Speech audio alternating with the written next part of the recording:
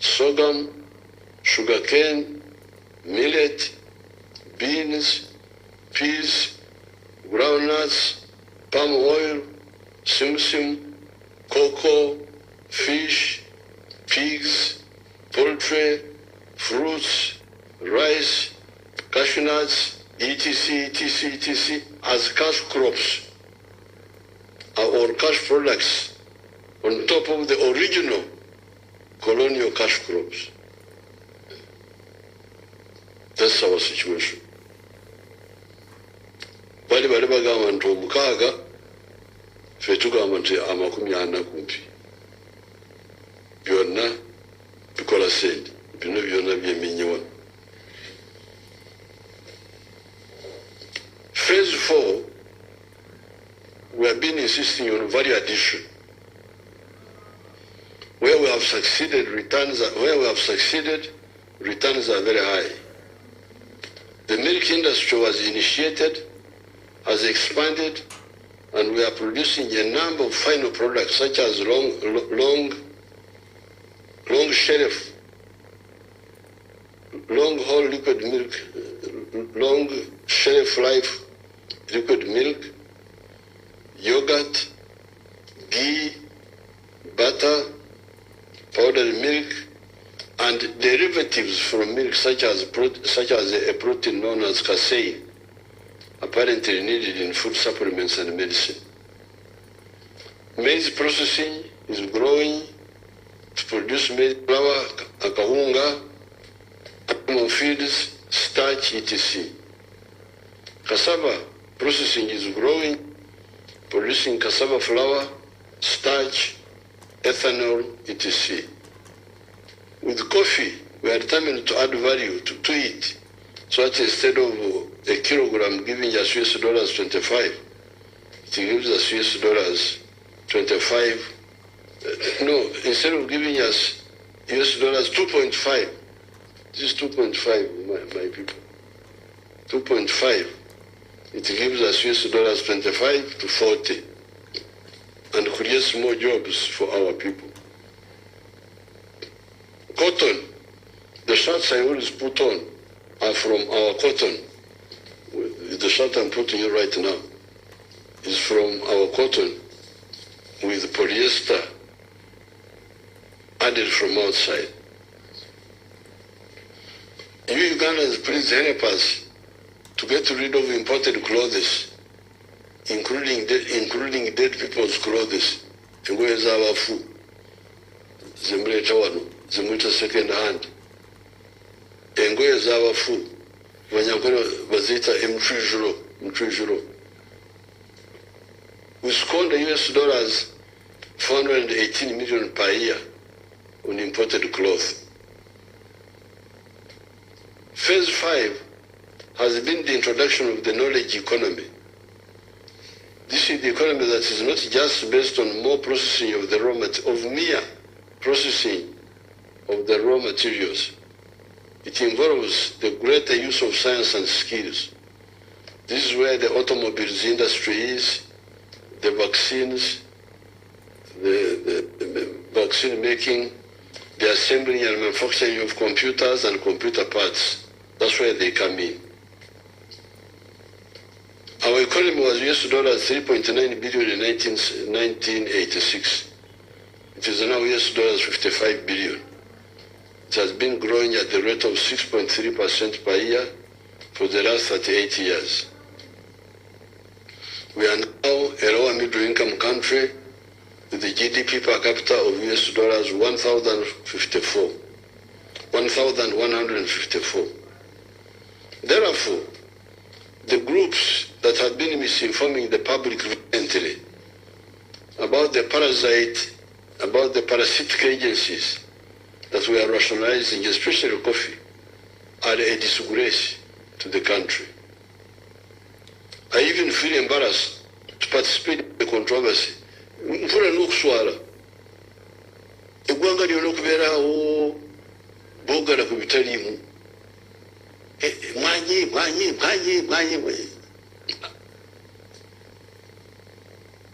That's why I've called all these people to help you understand. n'okuswaza okusangaawo abantu baguumalidde mu bitaliimu ebyomugaso ne babyerabira. How could anybody who wants Uganda to grow spend even 1 week around the 7 years we have spent on this subject, on this issue, discussing such an obvious issue? This sentence is mixed up. We shall sort it out. Suppose we had only a coffee with our wonderful UCDA. How would the country survive? Because you see, coffee. Now suppose, okay, let's say, we now say, okay, thank you very much. Let's only do coffee. Kwanga UCDA, now another people are saying, coffee.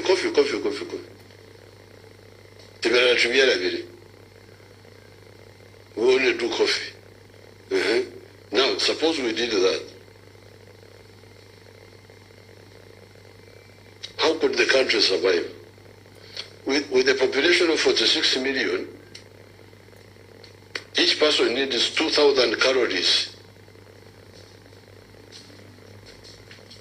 per day.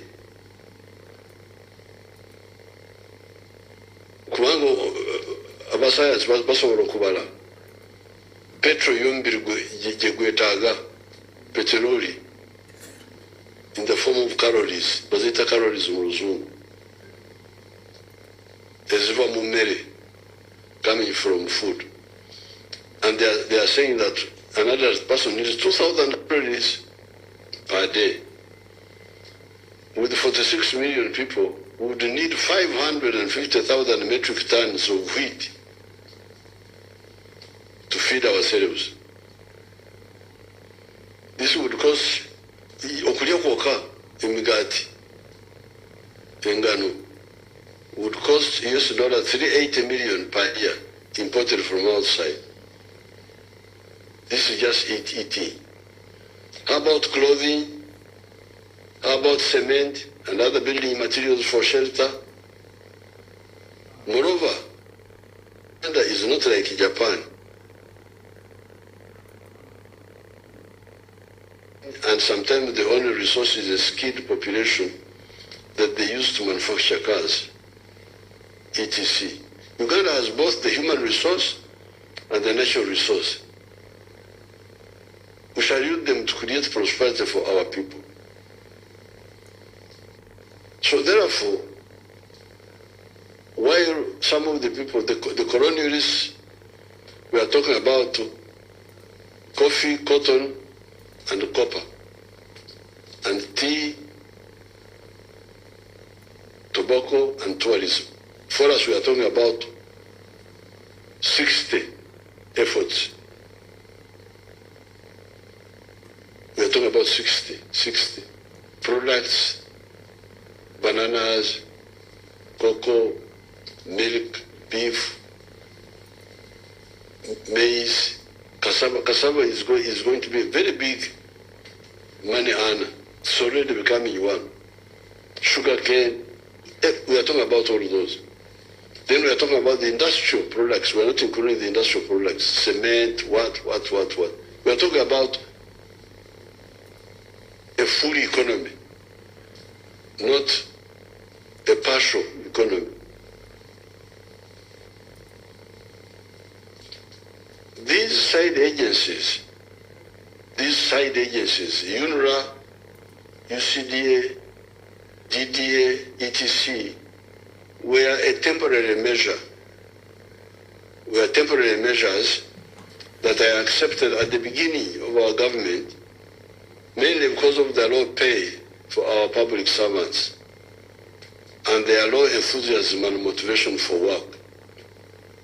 The logic was that for particular projects, in order to ensure implementation, create a side group outside the public service, pay them well and facilitate them well so that the project is implemented. it was tied to particular effort. I did not fully accept this logic, but I also did not oppose it, because we had much more serious problems at that time. We, the FRONASA, NRA, NRM, always work for patriotism, not for money. And indeed, other Ugandans do the same. The research scientists at Kawanda, Stuza, Serere, etc., and the leaders have been working for low salaries for most of this time. Baliwalo, I've got some of the research people. I think one of them can speak. Do you speak? Who speaks English? Okay. Put on your microphone and speak what you do. Your Excellency, at NARO, an agency under the Ministry of Agriculture and Industrial Fisheries, we conduct agricultural research on crops, on fisheries, on livestock, and forestry. Your Excellency, over the years at NARO... When did you start working?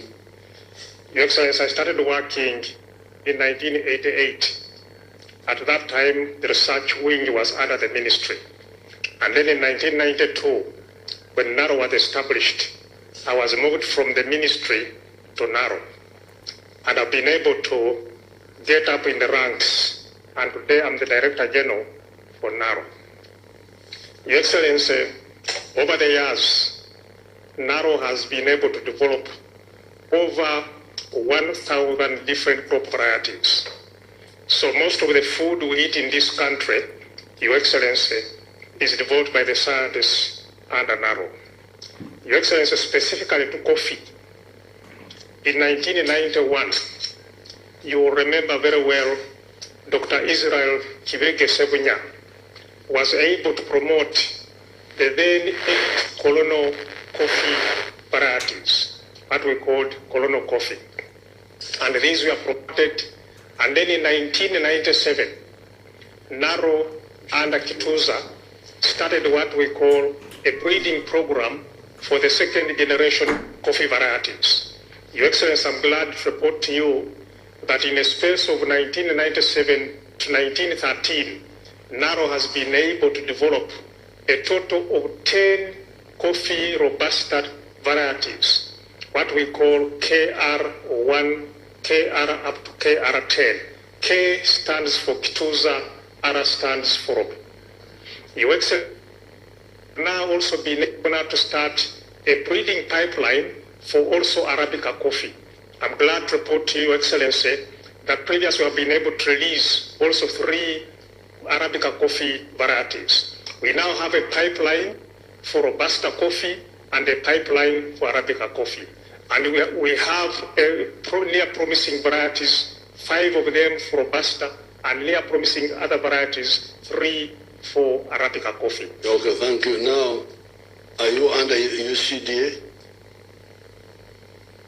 Your Excellency, we are under... Because some people have been saying, no UCDA, no coffee. Now, are you under UCDA? Yes, we are under the ministry, we are not under UCDA. Now, how much money were you earning in 1988? How much salary? Your Excellency, when I joined service, my first salary was 2,824. When I first joined service in the ministry, it was 2,000 shillings, 2,824. When I moved to NARO, my first salary was 150,000. 150,000. Your Excellency, I'm glad to report to you that at the moment the entry salary in NARO is 6.5 million. But you continue getting the low salaries until when? When did we start enhancing? Your Excellency, we started to get an enhancement in the year 2004. Okay. 2004. So, and Your Excellency, when you visited us during the World Food Day at Rwegitaba in 2016 is when you enhanced our salary in 2016. You again enhanced our salaries in 2018. Yes. You further again enhanced our salaries in 2022. Thank you. We are very grateful, Your Excellency. So you can, you see the real people who help us with all these crops are these ones. They are not under UCDA, and while the UCDA people are being paid high prices, high salaries, in Museveni. Hello?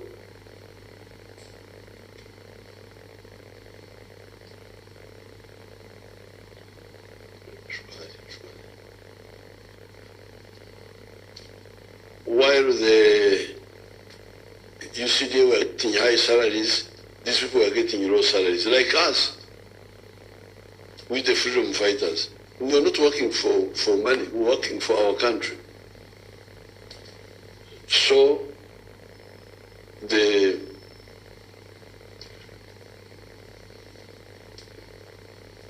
the other logic, which was actually being pushed by the donors, of saying that no high salaries, no work. We have never accepted it, but we had to keep quiet. You don't have to fight every wrong idea. We had to say, okay, if you think it can help, you start these agencies. And that's how they started. But we, the scientists, as you hear, continued working with low pay. We, the freedom fighters, the political workers, were working, getting low pay. These UCDA were getting high pay. Mm-hmm. But the main work was being done by the scientists. I will come to that later.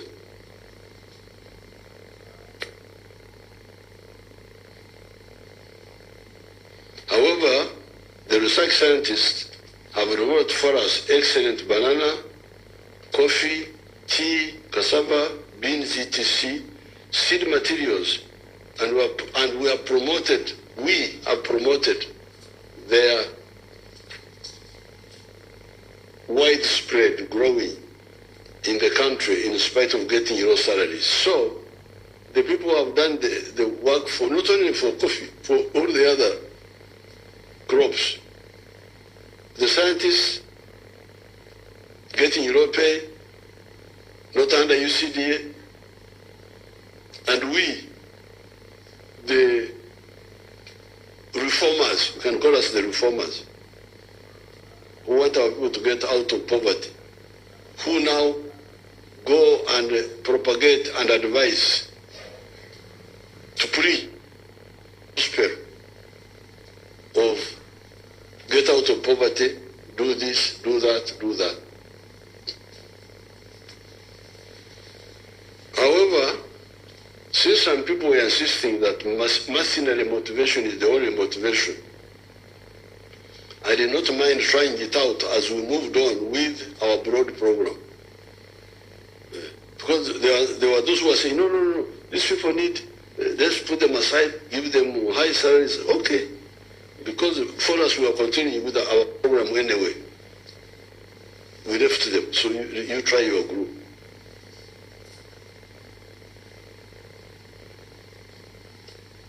Those agencies, however, never performed well at all, in spite of the huge money we were spending on them. How do I know this? Regarding the DDA, regarding the diary, it was me who had to do all the work, starting with 1989, when I started in the Nyabsho's area. I've written about this in different documents. Regarding UCDA and NADS, I know that they were doing no work or little work, because in 2013, when I launched Operation Wealth Creation at Butarangwa, Nakaseke, a whole of 68% of the homesteads in Uganda We are still in subsistence farming. Here with me are the witnesses that can inform the public about the no work or little work of UCD and NADS. Now, when I was worried about the future of the country, that's when I started Operation Wealth Creation. I brought soldiers because the figures, the data, were showing that there was a majority of the people were outside the money economy, 68%. Kati abaserikale abali mu kaweefube abali wano muyinza kuba obujulizi samba wali katandike ne samba teekako omuzindaalo oyogere mu Luganda no muteekereko omuzindaalo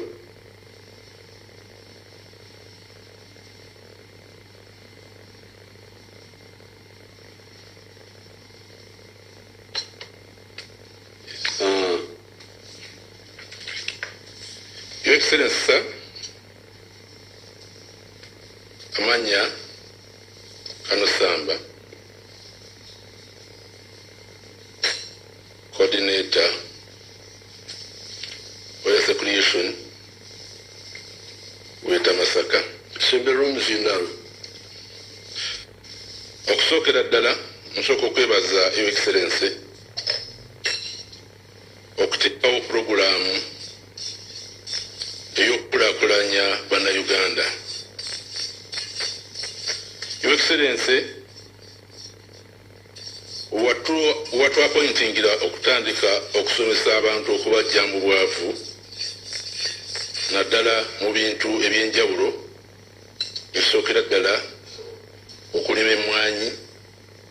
Your Excellency, wetwajjukira nti bulungi wetwatandikira okutandika okugabira abantu emmwanyi n'okubasomesa ennima y'emmwanyi oluvannyuma lw'okutwala Makerere ne batuwa emisomo, ekyo nakyo tukikwebaliza.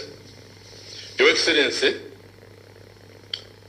emmwanyi ze twatandikirako okugaba twatandika 2013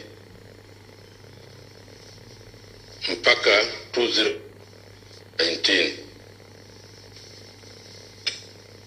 Weta Masaka tulina districts 10 ne tubeera ne constituency 22 ne tubeera ne county 84 Sub-county. Sub-county Amagombolola. Ne tubeera ne parishes 404. Your Excellency, tulina district 10 ngenda kutandika ne Bukomansimbi.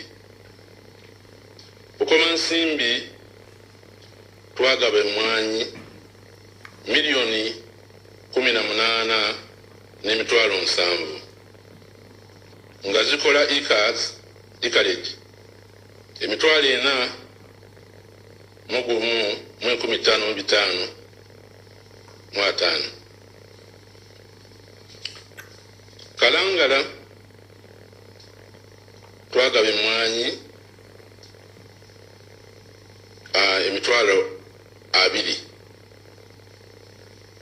nga zikola acreage 14,140. Pungu twagaba milioni 3 nga zikola emitwalo milioni yes okay. milioni 3 nga zikola emitwalo 67,333.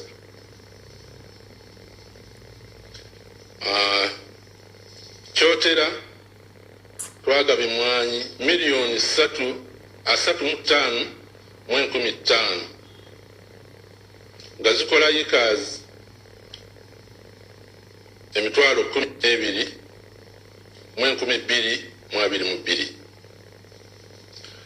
Mulago district twagaba emitwa milioni 3.3 mu 2023 munya 76 nga zikola yikas emitwalo 7 mu 13,874 Lyantonde twagaba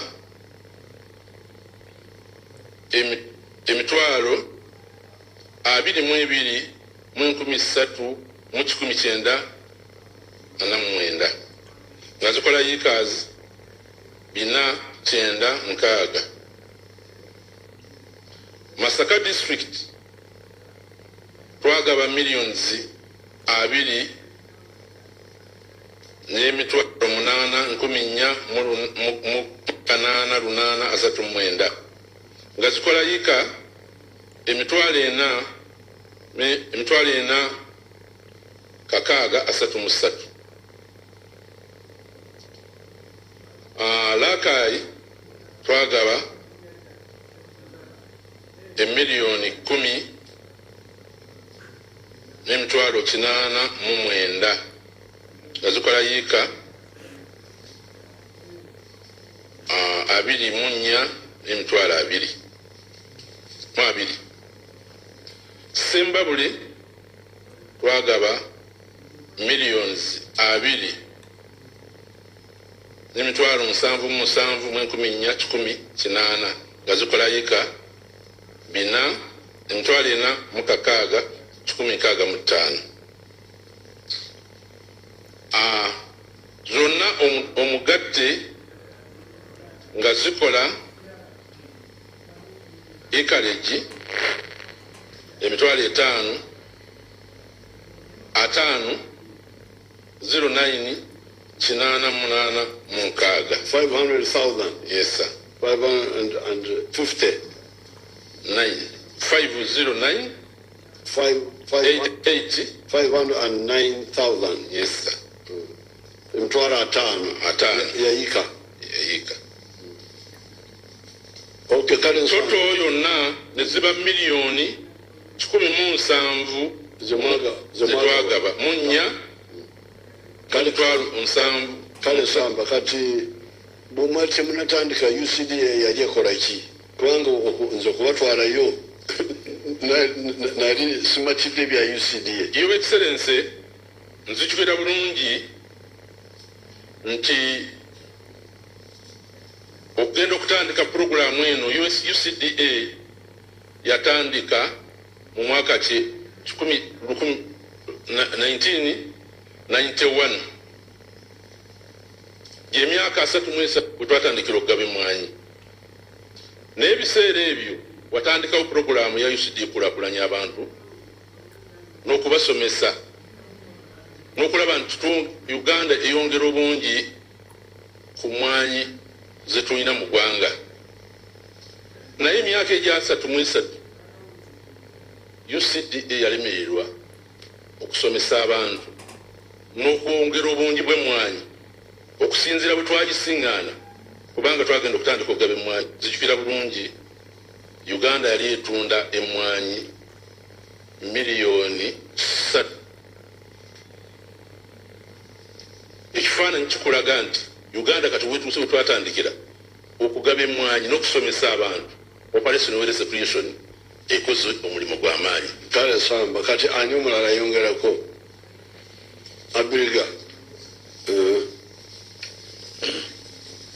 Abiriga onayegera engena kwogera Luganda fande Abiriga onayegera Lugubalo engena kwogera Luganda fande Ingonia mamuke afande mingoni.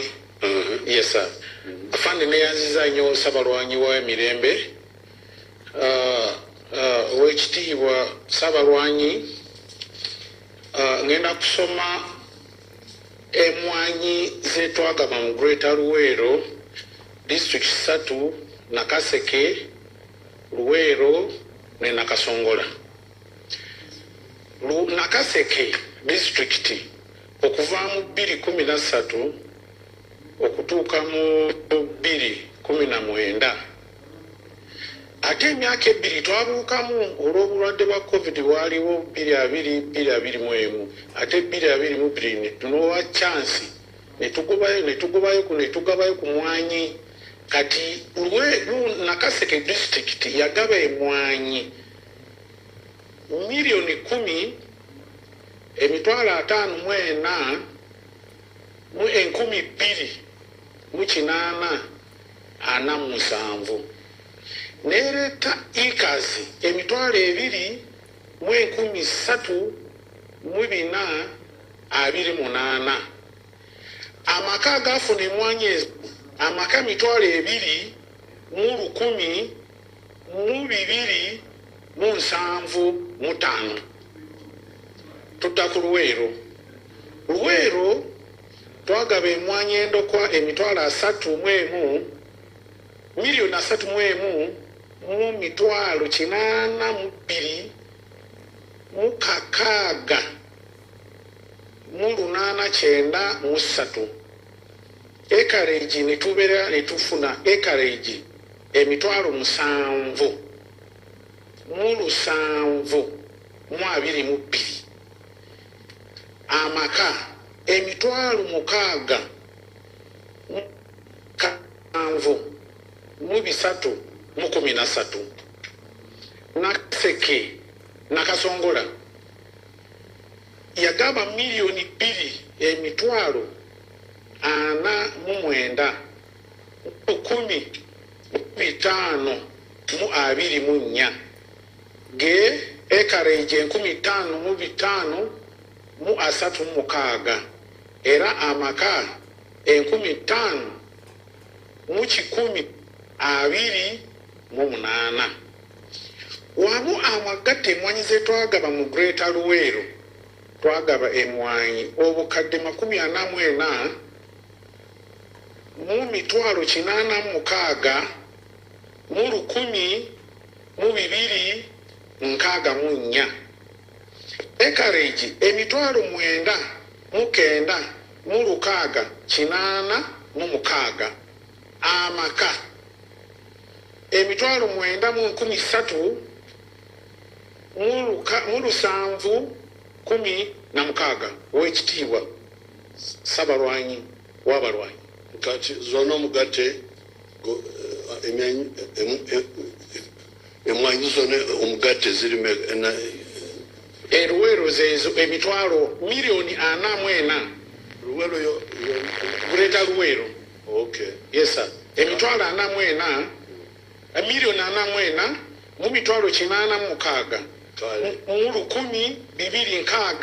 1,263 ye acreage mitwalo 9 mu 9 mu 686 amaka gafuna emitwalo 9 mu 13 mu 716 kale yes sir award 4 afande walumulala ayongerako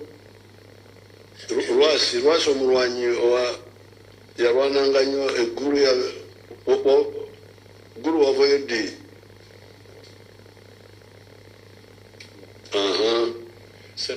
Sembezi omuzindaalo kakati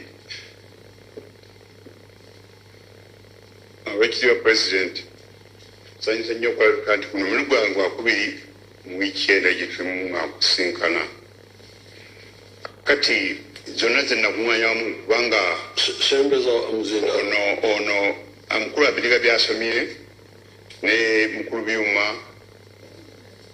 ne Nakasongola taliyo kingi bonna nze batwala bonna bantu 11 disitulikiti 11 okay kati byonna bigatta lumu kyetaaga omuntu alaba obulungi n'abikusomera kubanga ekitabo kyonna kiri wano kyonna kiramba nakikuleetedde kukolokolo ngatta disitulikiti 11 zonna ziri muno kale kati bw'onooba olina obudde mukamange obizise mwana amaaso gaago galwala lwasigasala bulungi kale nandibadde mbikuyitamu nasobodde okwetika ekitabo kino naye nawulirako nti UCD ebadde etawanya abantu eyo UCD yo mu kutawanya abantu naddala abantu b'eggombe batawanyiza nnyo bannasalo pale tebasasudde ssente zaabwe abale basalako olesa emitwalo 10 naye nga ntolese emitwalo 4 okwaga negamba nti egeze okuba y'amasimu nekonfaminga nga balya emitwalo 4 netwebuuza nti mu myaka eno egyo baali balinda ki okusobola okuba y'amasimu nekiraga You get the document from Rwasi. nekiraga nti Agaba. Gena maaso. nekiraga nti kyali kyakulyaza amaanya era bukumpanya bw'abakulu aba UCDA olya ssente ezo naye nga ddala muduufu abantu bazobola kubanga bakomanda bali ku ground nawe nyibinyi balinga kunga bagaba emmwanyi ezo ne basaini kusaninga nti basaini baziweereza abantu abalimi naye ati kyansonyi okulabika nga baba musasula balyaza amaanya obutali butuufu era mukama wange singa omulimu ogwo obaddeyo nze manyi tebasabire naye nzina nekusabire nkugendere kugulaku nkuleeta elisiti yaba nasal operators bonna ababanja sente zaabwe nakuleeta maaso g'omumazi kuwanikidde mumpado tugenda kulondoora ebyo byonna ne tusobola ababibwa kubanga nkiwuliddeko yesa nti abantu bakaaba bantu badaaga kale Rwasi ani omulala yongerako byuma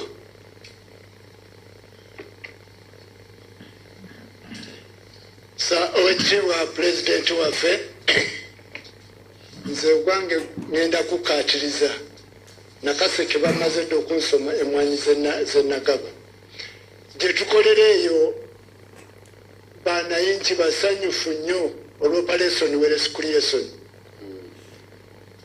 twasomesebwa wano emakerere netugenda ku gurawundi twasanga abantu abamu tebamanyi wadde n'okusima ekinnya ky'emmwanyi netukwata enkumbi ffe kennyini ngaddemu netusima ebinnya by'emmwanyi nga bwe byatusomesebwa netubagulira nti emmwanyi zisimbwa bwe ziti era ababigoberera ababaawo bawaayo omutima gwabwe ddala mmwanyi bafunyeemu tezaabafaako ne initiative eno gye waleeta eyo ebukuta obucupa buno kubanga irrigation tesobola kubuna wonna abasobola okukigoberera bayita mu byeya ebibadde bitukuba era emmwanyi zaabwe zibaddeyo nga nnungi era zongedde nnyo ku byenfuna yaabwe naddala mu kiseera kino emmwanyi weebeeredde ku bbeeyi ennungi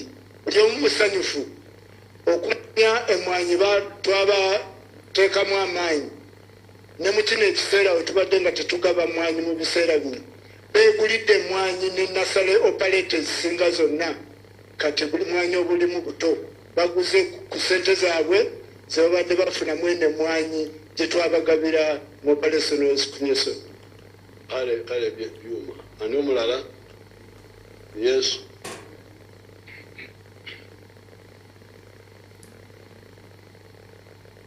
teekakomuzi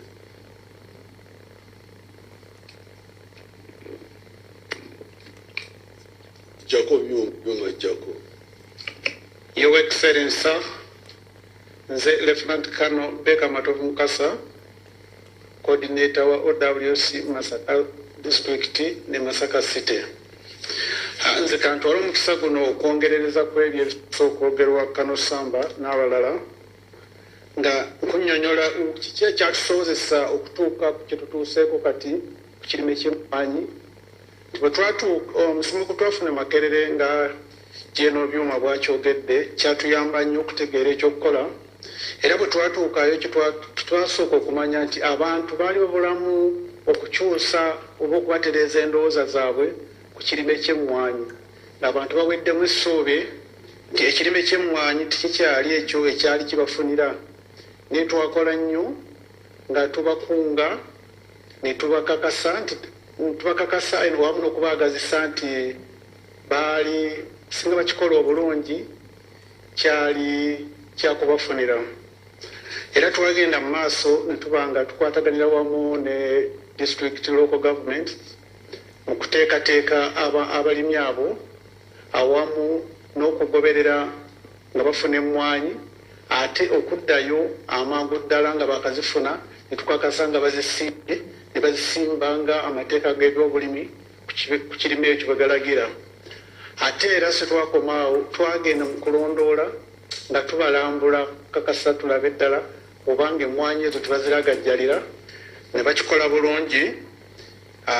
Kati Mukasa bano abadde bagamba nti no UCDA no coffee obaddamu otya? Fwande ngamba nti bye boogera byabwe era nga sibinoonyerezeeko kubanga bw'otunuulira kitwakola kyakyusa nnyo ate ng'abamu basooka kutukuba amagi mavundu nti twali basirikale abatamanyi byakulima tetujja kusobola. Olaba kyusa kye baali bayita emiyini, ekyo kyali kiva ku butaweta mmwanyi ne zigenda obugenzi mu bbanga. Mbu baali baziimuula bye twali tukola bagamba nti mugaba miini ya nkumbi. Yesa. So nakyo kyaggwawo ne tutereeza buli kimu. Kati bwe tutuuka ku kye tutuuseeko olwaleero ng'oyise mu byalo era nga bwe waliko mu Masaka n'olambula gye twagenda ku balimi abo bewalaba ab'amaanyi, osanga omulimi eyakwata obulungi ennimiro ye nga takyali mu mbeera eri gye yalimu. Kale ani asembayo? I will come to those abasirikale. Your Excellency, sir. Kale Mukasa jako akanani jako. Excellency, sir. Amanya kano Godfrey Kaliowa Makulubita musajjawo atwala katika mu South constituency. Owekitiibwa watudumira omwaka 2013 tugende tulwanyisa obwavu mu bantu bo. Mu myaka egyo twagaba ebintu bingi naye ng'essira watugamba tusinge kulisimba ku kirime ky'emmwanyi. Era bwe twatuuka twatandika okukunga abantu okubasomesa mu ngeri y'okubateekateeka. Kubanga tewali muntu yenna gwe twawa mmwanyi nga tetumaze muteekateeka. Ate ekitaaliwo ku UCDA twateekateeka abantu ne tutandika okubagabira emmwanyi. Era nze mu constituency yange eyakatikamu South constituency nenda kusoma figa yokka okuva mu mwaka 2013 awo twabuukawo okutuuka mu 2019 twabuukawo awo emyaka ebiri ate ne tugenda ne tugabayo mu 2022. Katika mu South constituency yafuna twagiwa emmwanyi 7,889,612 as acreage omutwalo gumu kasanvu mu bisatu mwana musatu. Amaka agaganyulwa gali omutwalo gumu mu 14,789 ge maka agaganyulwa. Okujjako waliwo okusoomozebwa okuliwo okwalima okubadde kukyalimye UCDA okutuukiriza ke kawuka akakaza emmwanyi ke bayita trigbowala. Akawuka ako kajojobya nnyo abalimi baffe. Akakakaza obutabi bw'emmwanyi. Waliwo akawuka akakajja ne kabiika mu katabi kano akabalako emmwanyi ne kagenda nga kakaza emmwanyi mpola mpola mpaka ekikolo kyonna ne kiggwawo. Paka okutuusa kati abantu baffe abasinga akawuka ako kabajojobya nnyo.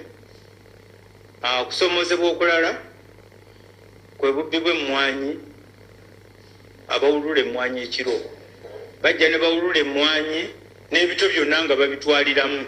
Ate kye kimu era ku kireese kyali kireese omutindo gw'emmwanyi okulaba nti gwali kukola ki nti gukka nti emmwanyi yaffe bwe yagendanga katale nga si nnungi olwezi emmwanyi ze bawululanga nga sikyali ki nto. kati nga nze nali nteesa nti senga tusobola okuteekawo etteeka kubanga emmwanyi zino bwe baziwulula balina waliwo abazigula nze nali nteesa nti senga wabaawo etteeka erikwata ku abo abagula emmwanyi ezento kyalikoze bulungi nnyo nti twali tulwanyisa obubbi bw'emmwanyi kubanga ono aziwulula nga manyi agenda ozikola ki okuzitunda ne senga ojjawo akakatale wagenda okuzitunda ekitegeeza obubbi bw'emmwanyi bujja kukendeera webale nnyo owekitiibwa president. What is the answer for the boer?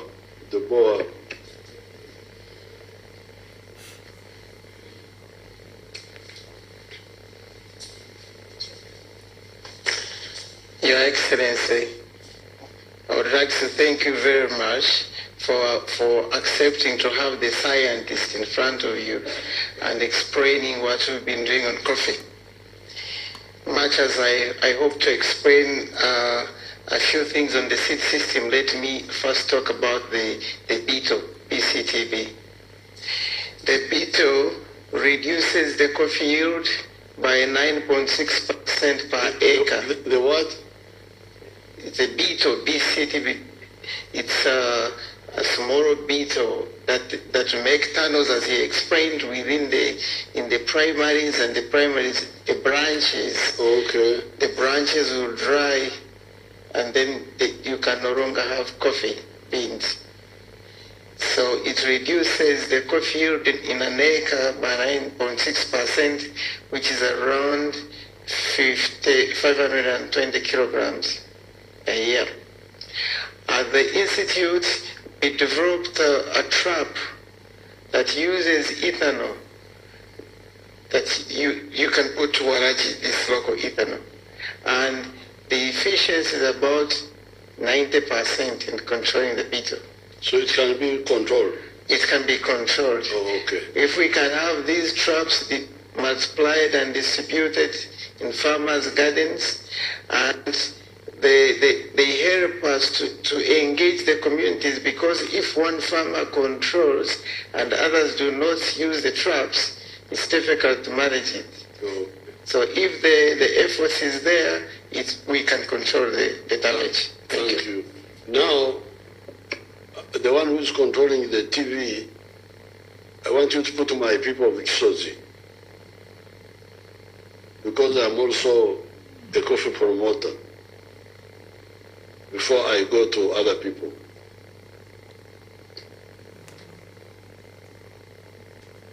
Do you have them?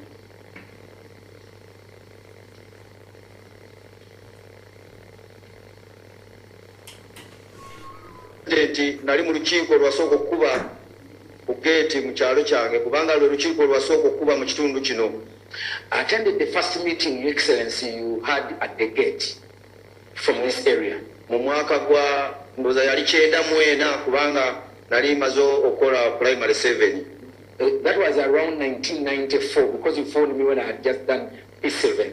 Ekitiibwa President, twakusaba ebintu bina. Ekisooka twakusaba emiti gya muwogo, ne tukusaba akawunga ak'okulya, ne tukusaba okutwalirako abaana ku ssomero, ne tukusaba n'ebitimba ebitta embizi z'omu nsiko. Your Excellency, we asked for 4 things in that first meeting. First of all, we asked you for cassava cuttings. We asked you for maize flour, because we had no food. We wanted posho. Number 3, we asked you for beans to plant or to eat. And finally, we also asked you for the truckers, I don't know how they call them, the timber, just to go and hunt the wild pig.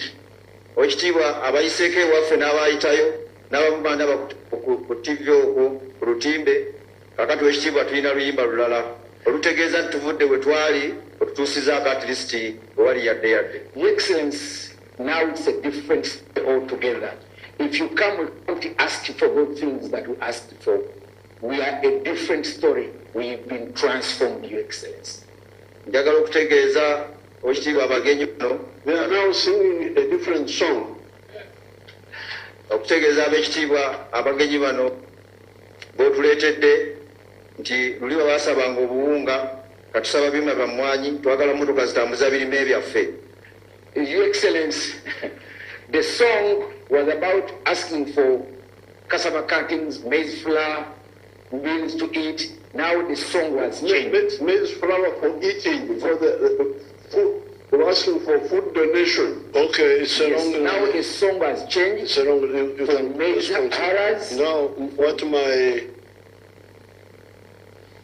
my people there are saying that in 1994, when I started with them, they were asking me for kawunga to eat in their homes, so they had no food.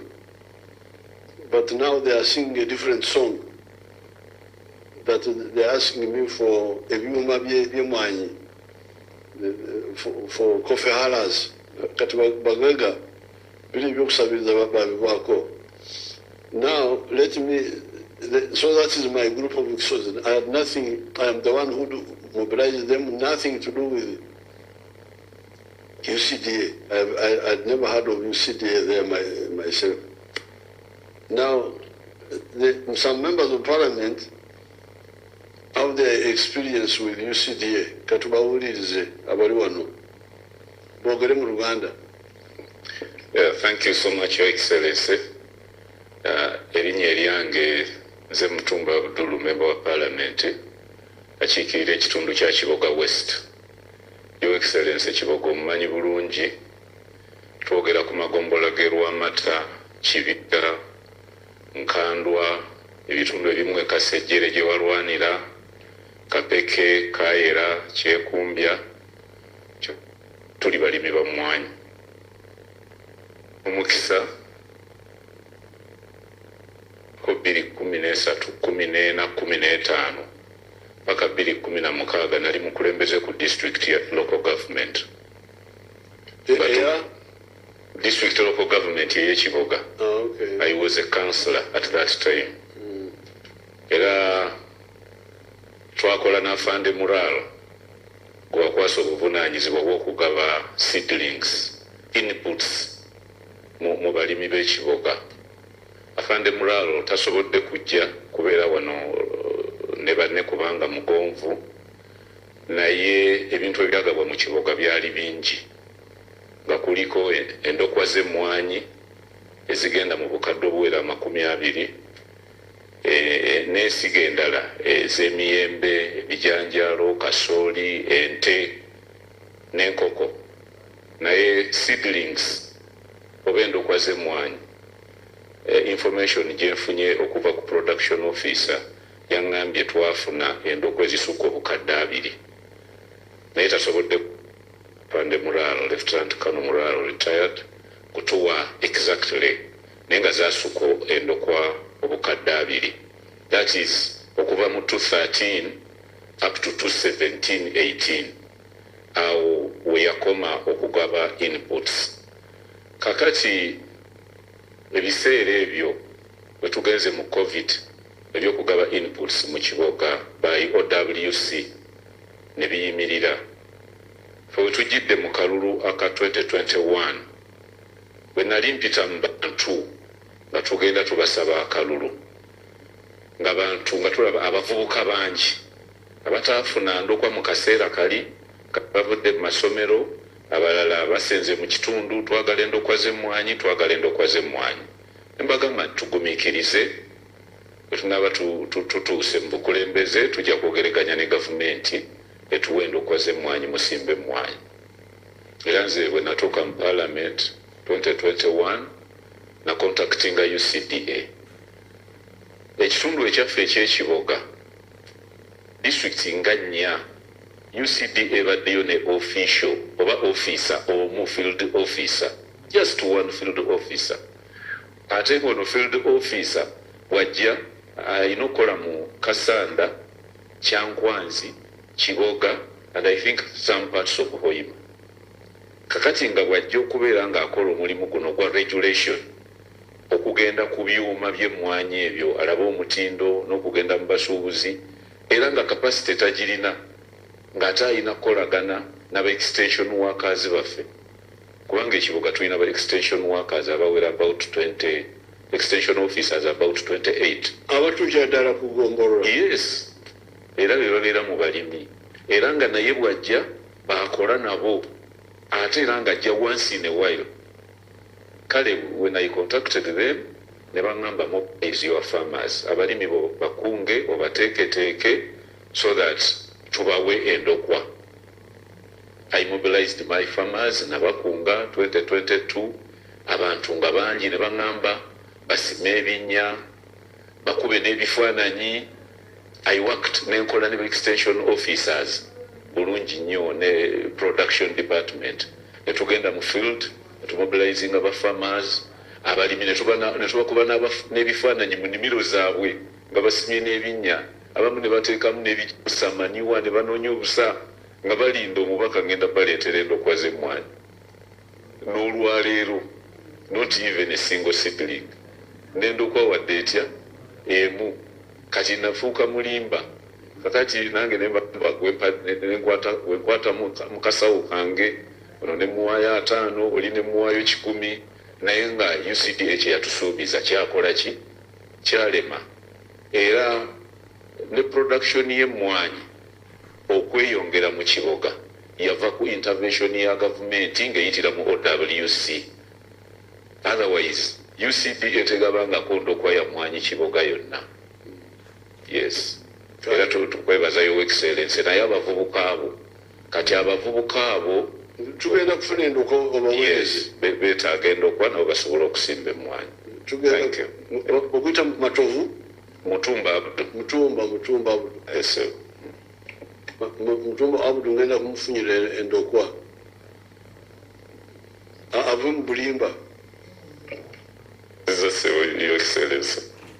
Excellency, musanyufu okuba nti ndi wano amannya Nsegumire Kibedi nkiikirira abantu b'Emityana North omuli amagombola 3 okuva egombola ly'Ibulira Kalangaalo Kikando. Excellency kyamuseeyo nimwasinga okuba nga mulwanira era ndi musanyufu njagala kwebaza nti historical sites ebisigalira by'abalwanyi when raising a point here in Parliament sebo n'okkiriza era bazimbye parts zonna n'enguudo ezigendayo nazo ziri kumpi kuzimbibwa n'ebirala bingi by'otuwadde mu Mityana North. Nze wenagendera mu Mityana North, Your Excellency, nasanga waliyo Major kati mugenzi Major Waswa nga ye commander wa OWC era yalikola omulimu gwali munene nnyo ng'agaba endokwa ez'emmwanyi nga yagaba endokwa z'emmwanyi n'ez'ebitooke nabyo ng'abigaba bulungi nnyo era netambula tugenda ne maaso ekyo unfortunately mukama n'amutwala n'afa. Naye saagala kugenda nnyo okulandagga bwe nali nvaako mu US ne doctor wa UCDA nga nemweyanjulira nemusaba endokwa ez'abantu bange naŋŋamba ŋŋende ŋŋambe abantu bange basime ebinnya ne basima ebinnya ne batusaba n'endangamuntu zaabwe ne kontakisi zaabwe ng'omuntu asima ekinnya mu faamu ye n'ayimirirako ne mukuba ekifaananyi era omukulu n'agamba agenda kumpendekwa nateekamu sente nnyingi okulaba nga abantu baffe basima ebinnya na buli kimu kyonna bacoordinators baffe bakansalers baffe ne okutuuka olwaleero bwe namala okutegera nti bafunye sente palamenti bawadde sente ez'okugula endokwa ne mpandiika ebbaluwa omwaka ndoza guwedde esente baziweerezaani UCDA palamenti ebadde ewasa UCDA sente buli mwaka ebadde egiwa era badde ajja ne ministry of agriculture ne minister kubanga UCDA nga UCDA babaweereza mmeka lase bafuna biliyoni za namunya minister amanyi yaizo tuwulira naye nga biliyoni za 27 zaali zaggula ndokwa okuzigabira abantu baffe n'okubawa okubasomesa okubawa ebigimusa era nga bebavunaanyizibwa okuba n'amatundu bayi bakola ki ne baanika. Naye owekitiibwa paka kati abantu bana basimisa ebinnya tebalina mmwanyi kati baŋŋamba ndi mulimba ne bakansalers kale sino n'okutaasa Nsegumire bannange Wekitiibwa Your Excellency, UCDA mukyali waffe bagimanyi ng'entulugunyi. Bagimanyi ng'entulugunyi. Enkola ki? Harassment. It harasses people. Okutulugunya. Yes. How? 2 weeks ago, nali nva Namutamba nga nzikirira. Nensanga nga bayiye emmwanyi nnyingi nnyo okubo. Naye ng'ate abantu bali mu kuzeera. Bwe ntuuka ebakijulula omanyiwo. Nensanga omuvubuka ng'akaaba agudde wansi. Ng'agamba nti UCDA tutte omukyala we n'emmwanyi basutte emmwanyi nnyingi. Nagoberera ne ngenda e Mityana ne mbuuza omukyala wa UCDA, omukyala aliwa, emmwanyi zo ziriwa. Bwe bakwata emmwanyi ensawo 10 Excellency, bayiwako ensawo 3, omusango ne bagutwala. Ate esatu ezo bayiye abantu bajja bazikuŋŋaanya ne bazizza mu nsawo bazitwala ne bazitunda. Babadde bakwata ebyuma eby'emmwanyi naga nti wakubye emmwanyi embisi ku ssaawa 6, ku ssaawa 8 ekyuma ne bakisumulula. Netuguza ekyuma kibadde kikubye emmwanyi ku ssaawa 6 nga mbisi ngate ku musanvu kiguddewo ate kiziba zikaze zitya. So nolwekyo abantu babikwatira ki tebiri ku mutindo nti bakubye emmwanyi embisi. That's how they do when they want money, Your Excellency. The regulation is intended to weed out bad practices, but what the Honorable is saying, there is abuse of the regulatory interventions. Ideally, the regulation is in order, but if someone abuses it to harass people, to extort or to go beyond, that's where the problem comes in. Excellency, you cannot say someone has got a bad coffee. You decide to onosalawo okumuyiwa. Ate bw'omuyiwa emabega gy'ovudde basigala bamulonda. Ogambye nti is bad. Ate bw'omutwala gy'omututte bw'otwala ensawo 8 nti ozikutte. Omuntu wajja nagandi kandabe ku nsawo zange 8 z'okoze eki z'okutte nga ddemu togikola ki nga togiina ate nga tomulaga wezikoze eki wezigenze. So that is the problem. Nti UCDA tennaba kusomesa bantu, teyasomesaako bantu. Ebbanga limaze mu constituency sirabanga olunaku na lumu nga guno omusomo gwa UCDA nti guno omusomo bazze kuyambako kawuka, bazze kusomesa bantu balima batya, bazze kuyambako bantu kuba babigimusa kubanga they are supposed to give seedlings. Tebalina zibakoze eki zibawadde. Abantu abalima emmwanyi bantu beegulira ne ssente zaabwe ne bakola ki ne basinda emmwanyi zaabwe. Excellency, abantu baffe tebalina buzibu na kugondera mateeka. Naye ekizibu harassment kyebadde bafuna ng'omuntu newankubadde ayagala nga Honorable Minister bw'agambye ayagala okuteekesa mu mateeka naye ate yennyini yamenya amateeka. N'olwekyo abantu UCDA webadde ekola Ministry of Agriculture isolo abantu tebalina bannaffe kyebadde bagamba nti emmwanyi President Museveni azitwala era ayinako 50%. Yes. Ayina monopoly nti emmwanyi baagala ziwa for instance nsebere abazigula tebakola ki tebagula kati poison ebadde muki ebadde mu bantu. Your Excellency, bwe twali ku radio ku TV about 3 weeks ago ku NBS nayinako babaka bannange nga tuli ku panel, we are talking about the same. Babaka bannange omu n'agamba nze nafuna emmwanyi emitwalo 600,000 seedlings. N'agamba nange nafuna emmwanyi almost emitwalo 7. N'agamba how come we are members of parliament? I requested, I never got. Ate gwe wafuna emitwalo 6. Where do you get that 600,000 from? Where do you get that 700,000 from? Where do you get that 300,000 from? So nembagamba, is UCDA segregative? UCDA eyina ebyana nebitali byana. Ebyana n'agaana. So Your Excellency, emmwanyi bannayuganda bali redde okulima emmwanyi era bali emmwanyi kubanga emmwanyi tesookedde wano. UCDA ebaddemu emyaka 3 mu existence, 30 years from 1991 Parliament we enactinga UCDA Act. Okutuuka emyaka olwaleero lwaki emmwanyi zibaye tezeeyongera? Lwaki kakati zeeyongedde mu mwaka guno? UCDA mabega badde teriiwo? That is the question we are asking our people. So n'olwekyo UCDA, Your Excellency, like you said, tegula mmwanyi, tetunda mmwanyi, tesuubula mwanyi n'okutwala n'ebweru si ezikola ki si ezitwala. Your Excellency, bw'wajjawo Coffee Marketing Board bw'omaze okulaba nti waliwo monopoly ate sente zigenda omuntu omu yazifuna n'oleeta UCDA gwe wagireeta okusobola okuyambako okupromotinga ekirime kyaki ky'emmwanyi. Your Excellency, Honorable Frank ne Honorable Break babadde bajja mu Parliament okusaba sente za agriculture naye nga ne UCDA bye bagikulembeddemu abakulu bano bye bakulembera UCDA okujja mu Parliament. Kitegeeza ki nti UCDA teri independent erina minisitule mwekola ki mwegwa. So abantu abatulaba abasibo ne banyabo tulowooza nti UCDA okuvaawo oba oliawo it is a blessing in disguise. Abantu extension workers bali abali ku magombola babeere effective bakole buki bulungi. For instance nga maliza Excellency extension worker waffe weebulira obeekalangaalo obe ekikandwa bw'olaba sente zaafuna ntono nnyo n'entambula gy'atambulamu. Of recent twabaka bamalobo wa pikipiki bali tebalina naye ng'ate wa UCDA emmotoka emu avuga emmotoka miliyoni 3 mwajja ogumwajja mwatambulira omusaala gwafuna mungi ate guno mutono nnyo.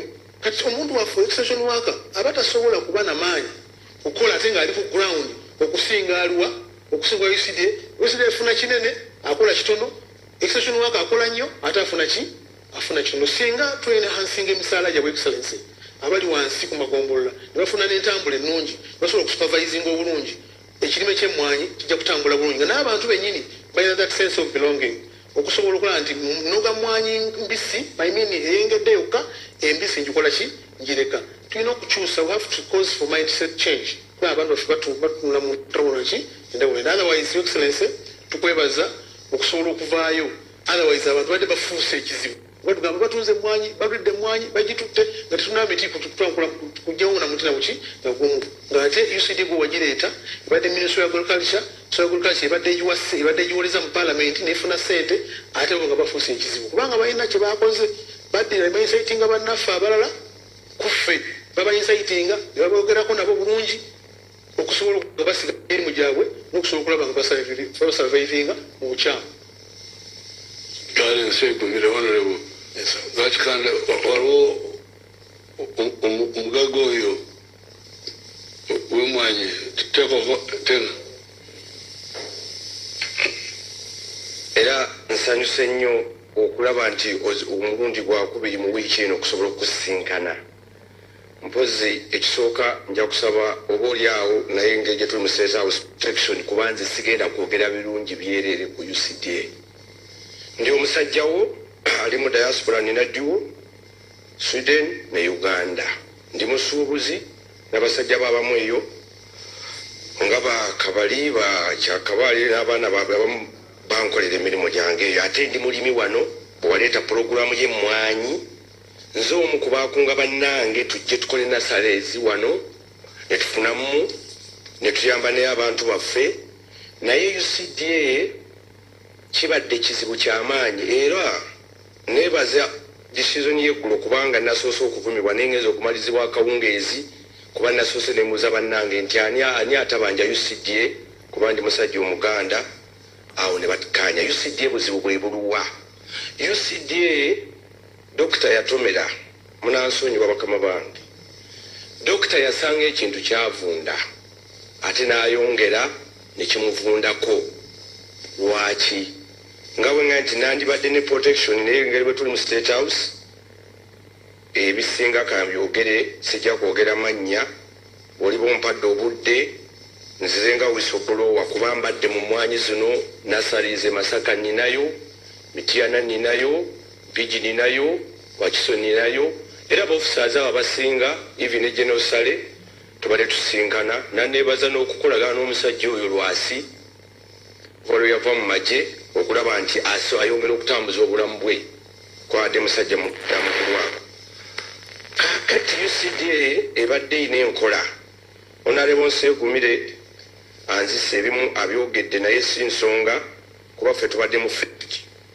UCDA ebadde ekozesa ba officers baayo abamu ba civil servant honorables si nsonga kibiina kyo oba kibiina ki ebadde company enyaga gavumenti etya bwe bagamba nti mu mwaka guno tugenda kugaba miliyoni oba 2 ez'emmwanyi oba 5 bennyininyini bano sigamba ngezezaako muganda wange ensi ekumire be basooka okumanya nti olwa UCD egenda kugaba miliyoni 10 ne basooka beegabira emmwanyi ezo abamu ne bazikosanga campaign ne bazigabira abantu nga basaba obululu owa nasale atali connected ne gavumenti oba ne UCD officials tafuna ne zigibirayo nga yazikoze ate bano bennyini ne batamusasula webalimba alina bayitirivu era senga UCD senga muzeyi tokyabangi mwanyi naye abalimi bakubanja ssente empitirivu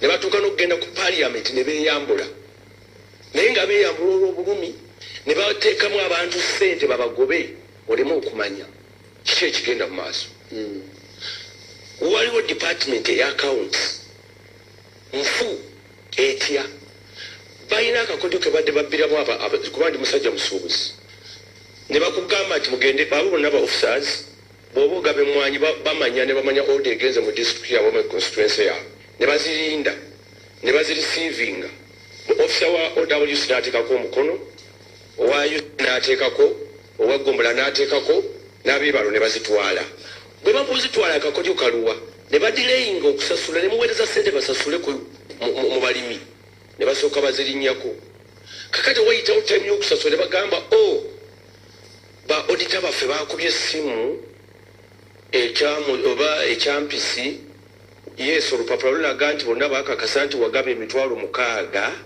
naye ate ffe tulabye 3 era zitugenda okukusasula okkiriza sayininga wano ensonga y'eggomba kuba eggomba babadde babidde trillions yokanjogereko afande Lwasi yaliyo ne bakomandazi be kubanga abantu babayise mu UCD omu ku omu ne bakugamba kkiriza wano swagala genda mu kooti kkiriza wano tugenda mu fo ky'emitwalo 10 ne basala emitwalo 9 ne bakugamba sayininga wano ebyo gyebiri tibajja bikweka even recently bwenzize kudayo musasula mutya nze waliwo nasale yagabye nagabye emmwanyi nga balina okutuwa emiliyoni nabatugambye tugenda bawa miliyoni 35 ezo no tebannazimpa nga bomanyi nti leero njogedde ku mwanyi kuba nkukolera emirimu egyawa n'emiraka njogere ku bya mwanyi byokka ebirala oli bompadde obudde ejja kwogera ne mbagamba okay era bagenda kumpa ssente ezo kyebalega neetaaga protection naye nga balimbye lwaki musala miliyoni 5 nga temuyisebe officers abo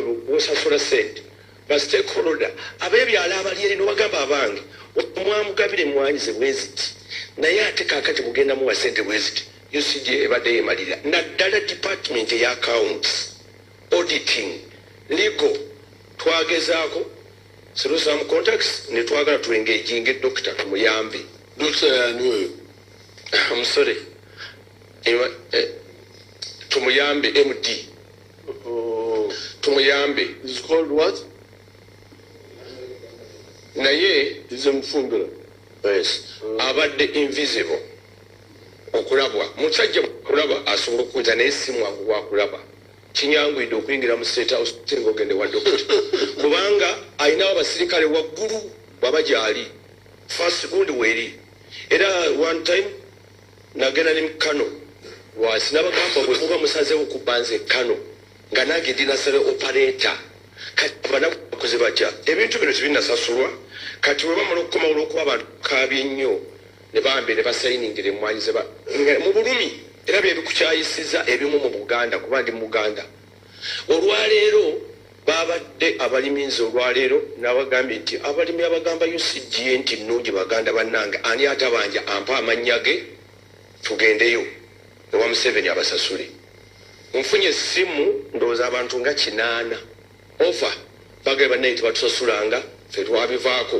lwaki bw'ogaba emitwalo 10 gino gye bakusalako ne bakuga nti tukosasudde 5 bo 5 bagikolera certificate kuba bye bagikola nga bakolera kigenda kukutwalira obulayi naye gw'oli musajja mulwanyi nga bagikolera ne slip yaayo ne bakola n'emikono gy'abaabiriga baganda bange kuba abiriga namulabako lumu ng'afunyiza ekikonde ku mwanyi era ne bakubira Lwasi it was Mr. Lutaako Nansonyiwa n'agamba bannaye mugambe Lwasi ayogere komanda we bagabe emmwanyi nenga Abiriga yali alwana abantu baganye okugaba emmwanyi ate bano bazitwala walala Abiriga n'ayimukanga komanda emmwanyi ezo ne zigabibwa n'enadduli yakirimu twatukola follow up ali explainingira ekyo ne kiyitawo ye ne bamutyanga omusirikale era babadde bamanyi nti wa musirikale Lwasi in fact MD ansaba Haji Kasujja tuyongera kujja na Lwasi mukambwe naye gwe obojja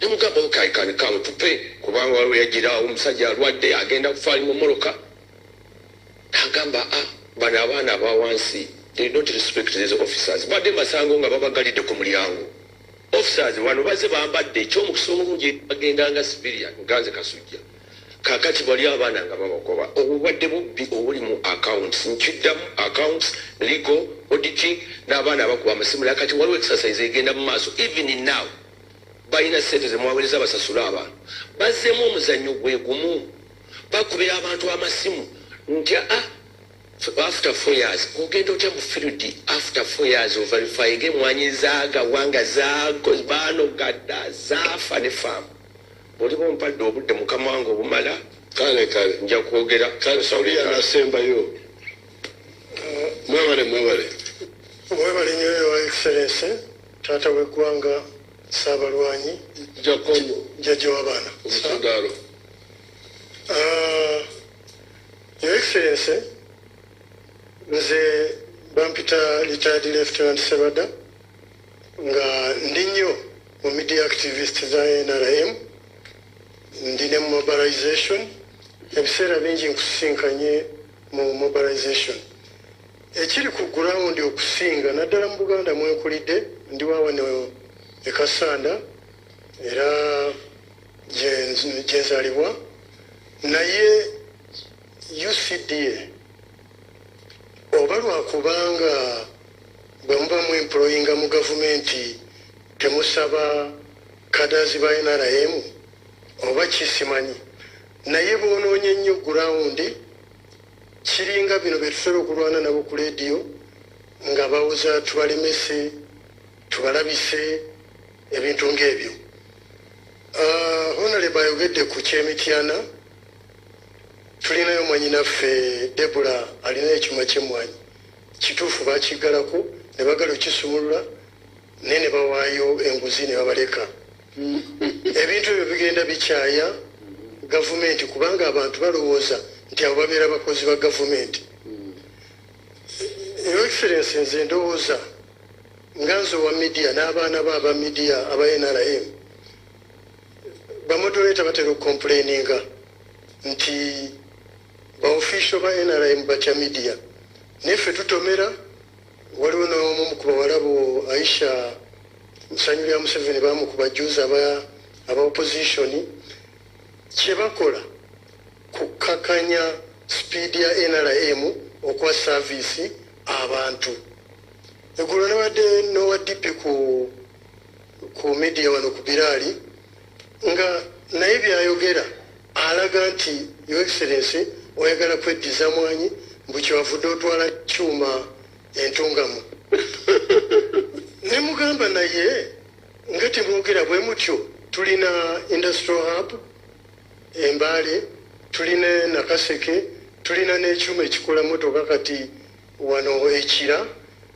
kati bwe batwala kwembalala oba entungamu ebyo ebifo tebiri mu Uganda so kati kyentunuulira Your Excellency kubanga akadde kayinza okubeera katono njagala nkutegeeze nti mu civil service oba mu bitongole ebyo tulinamu abantu betwandiise aba opposition abakola mu gavumenti naye nga baagala balemese programu zo nzijukira Pastor Serwadda gyentera okugenda ku leediyo ye Impact FM yagamba nti President Museveni alowooza ekintu emyaka 10 mu maaso mwemugenda okituukako okirowoozaako nga kyabaleka nga mwagala kirwanyisa nga naye temukyakisobola kyekino ekiri wano nti wasalawo nadizi yali eremeddwa noleetawo recreation yaffe y'abajaasi batuusiza service ku bantu kubanga bamanyi kyetwalwanirira bonna balaba basajja bakulu nga nze bamanyi nti gye twava twalina missioni ey'okununula eggwanga n'okuzimba eggwanga. So your excellency ndi wano nga nkusaba nti kye tulina okukola tutandike okuleeta key people ng'abajaasi ne bakadazi baffe trainings ekyankwazi nga boolaba Honorable Franka ne Bright kino ekintu balinga bye bakivumbudde emabega eri. I'm sorry to say naye Honorable former Minister Sempija yali omu ku badisturbinga programu zo kubanga ye ne regioni zonna yazeetolooza seedlings ze era byowulira nti abantu tebasasulwa bano abanene babadde bafuna emwanyi ne bazisapurayinga ate ne basooka okwesasula ne bamala mu kwesasula ne bakwata obusente obutono ne bagamba nga Haji Kasuji ono gwenkola naye ne bamugamba nti gwe ogamba wasapurayinga emwanyi 12,000 nedda olimba tugende ku gurawundi wayisewo emyaka 3 oba 4 tugende ku gurawundi ne bagira ki ne batuuka ne basanga nga ne bakugamba nti 2,000 kkiriza tukusasula ezo oba nedda gomanyi. Kati omuganda agamba nti nyama ntono kaneri mu nkwawa omunyankole nagira ngu abatimbire damu tuba kugyesheramu. Your Excellency tusaba naffe abalwanyi bo otuteeke mu system tugoberere ebintu byokola tulabe nga tutereeza ebyo byopulaningira eggwanga. Bano ab'opposition abagamba nti President Museveni ayagala kufuga abaavu nedda bebaagala okufuga abaavu kubanga bwe twali tugaba emwanyi bebaagaananga abantu zisimba abaagaana ozisimba babawuliriza bano abavubuka olwaleero kiki bakola bebagenda babba emwanyi z'abantu bwe bazaanise ne mu masitowa. We also need security, Your Excellency, okukuuma emwanyi z'abantu. UCDA tegenda kusomesa abantu, UCDA tegenda kuzimbira abantu bakaliza mwanyi zibeere ku mutindo kati otegeka zibeere ne ku mutindo tufune World Cup ey'okulima emwanyi ey'okugaba emwanyi ey'okutunda emwanyi mu ggwanga lyonna. So for that matter mbadde nsaba ba media activists bo otuwe ofiisi tutandike okwogerera programu zo nga tufuna information mu ministries zo kubanga olumu tetumanyi ba public relations officer tetutera balaba ku radio gyetuba tupambanira naki n'aba opposition wale nyowe bali eddala. Your Excellency. Finally, Tugume, what are you saying about your coffee? What is it? Biaranga. Oh. Your Excellency, thank you very much. Nzikiriza njogere mu Luzungu briefly. I will confirm what our brothers have just said from the view of an exporter. I've been around for more than 20 years, and I can confirm that between 1999 and 2005, we lost 50% of the Robusta trees to the coffee wilt disease. And true recovery began after Operation Wealth Creation had started working. True recovery and then expansion. So today, of course, we can proudly talk about 9 million bags, but it has been very hard work, really, really hard work. And when coffee wilt disease was destroying our trees, UCDA was there, of course. The next thing that I will talk about is to do with market access. The narrative that has been built is that UCDA gives us access to international markets. That without UCDA, we will lose, I will use the exact words being used, we will use accreditation and certification, that they have. This is not true. This is not true. access to international markets is given to us by the Ministry of Agriculture, which confirms that our coffee is good for human consumption. That is the phytosanitary services that they give. UCDA does quality control, which is okay because it helps us know what we are doing internally. The quality control function is hardwired in the single window system. So we get the primary data that we need to know that, okay, so this month we have exported this much, it has been exported by this person in licensing. That is what it does, local. After the coffee has crossed the border, the quality certificate, it's useless. What gives us access to markets is the phytosanitary certificate. And the general marketing that we do ourselves as private sector, of course with government support. So, Your Excellency, I thank you for this chance. Thank you. I wish to give you the confidence that the private sector is with you on this issue of merging both functions under one roof.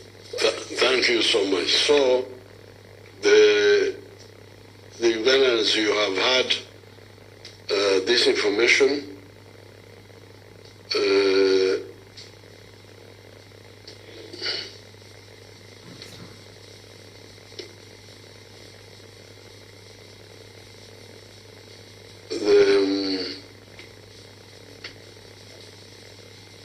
I have already given you many wealth creators of Kisozi. I showed you one of them that I've been struggling with. I have been struggling with them ever since 1990 without hearing about UCDA. Secondly, the wealth operations commanders that have spoken here, operating in the Uganda area. Thirdly, the MPs that were being discriminated by UCDA, they have spoken.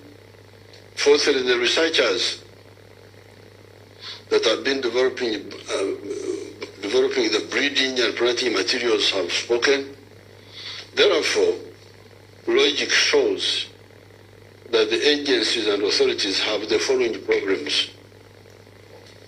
First, they do not work, they do no work or little work, yet for us, we are always working for the mass line. Bonna bagagaware, duchu. So there is a fundamental contradiction. They do either no work or very little work. And yet for us, we want to reach everybody. So we are incompatible.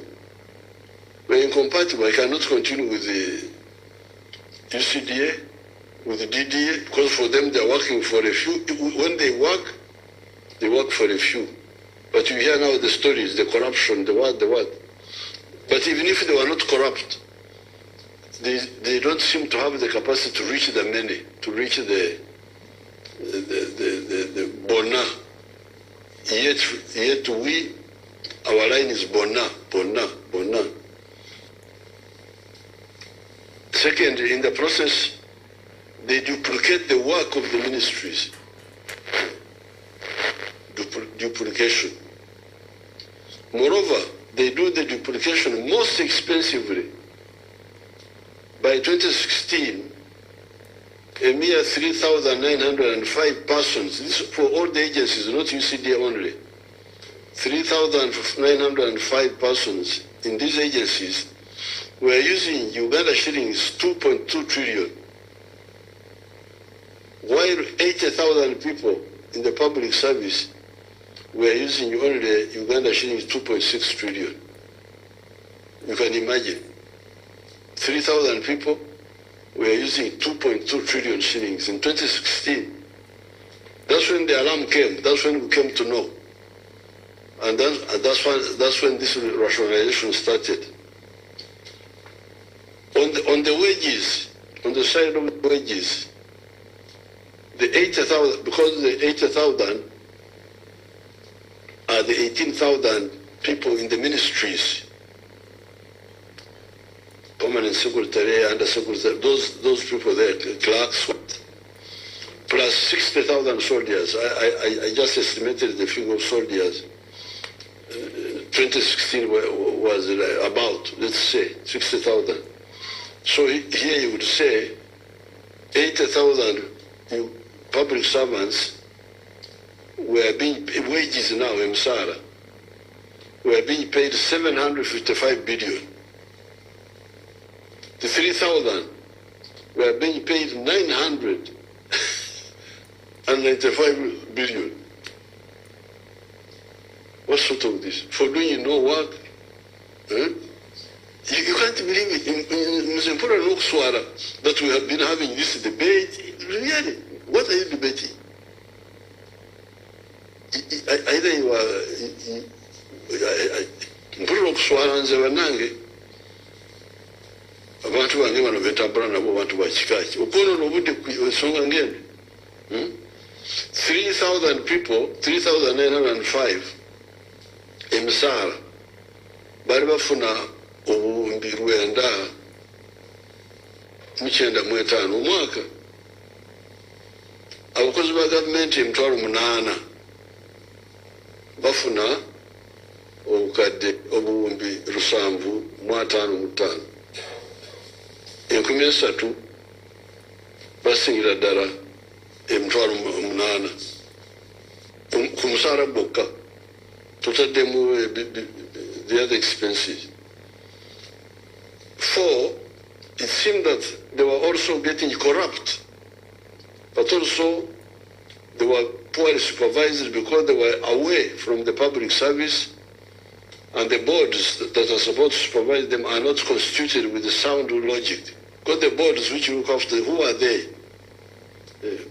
But never told a board. Because in business, the board members are normally some of the owners of the business. And when the board, the management is different, but because the wealth is mine, in fire you.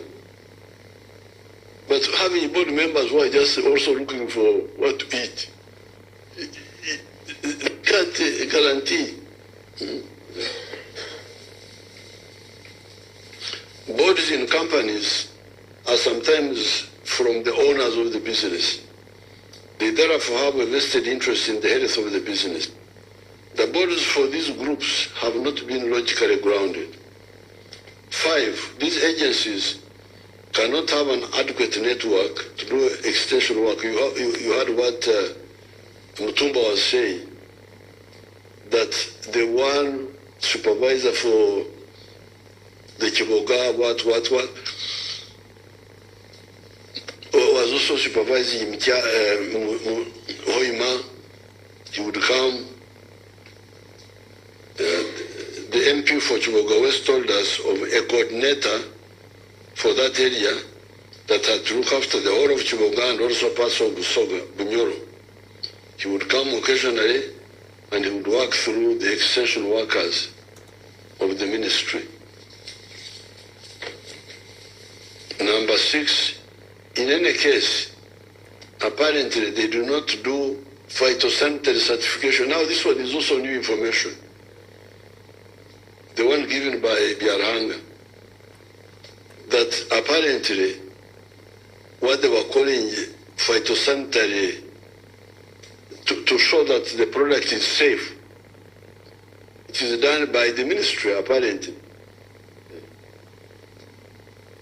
And that by law they are not even allowed to do it. It is the ministry that does it. It is done by a unit in the Ministry of Agriculture. That unit certifies all agricultural products, not just coffee. Number 7, apparently UCDA has only been grading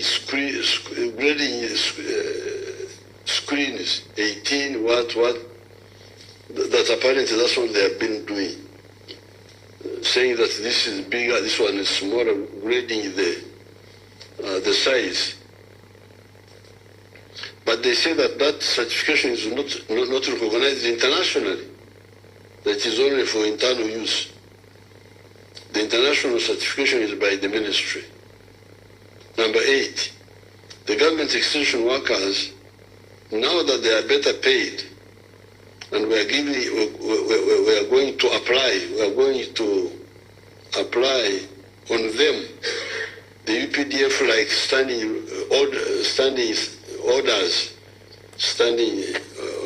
standing orders, they will wake up. There are government extension workers at every sub-county. UCD had only 55 in the whole country. How could they manage? Duplication that is ineffective and grossly expensive. This is really the situation.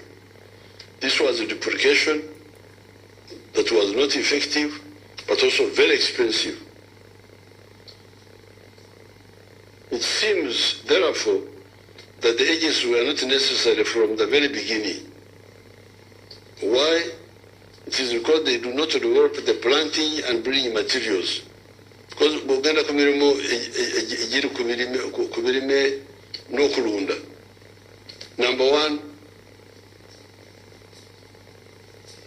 planting and breeding material.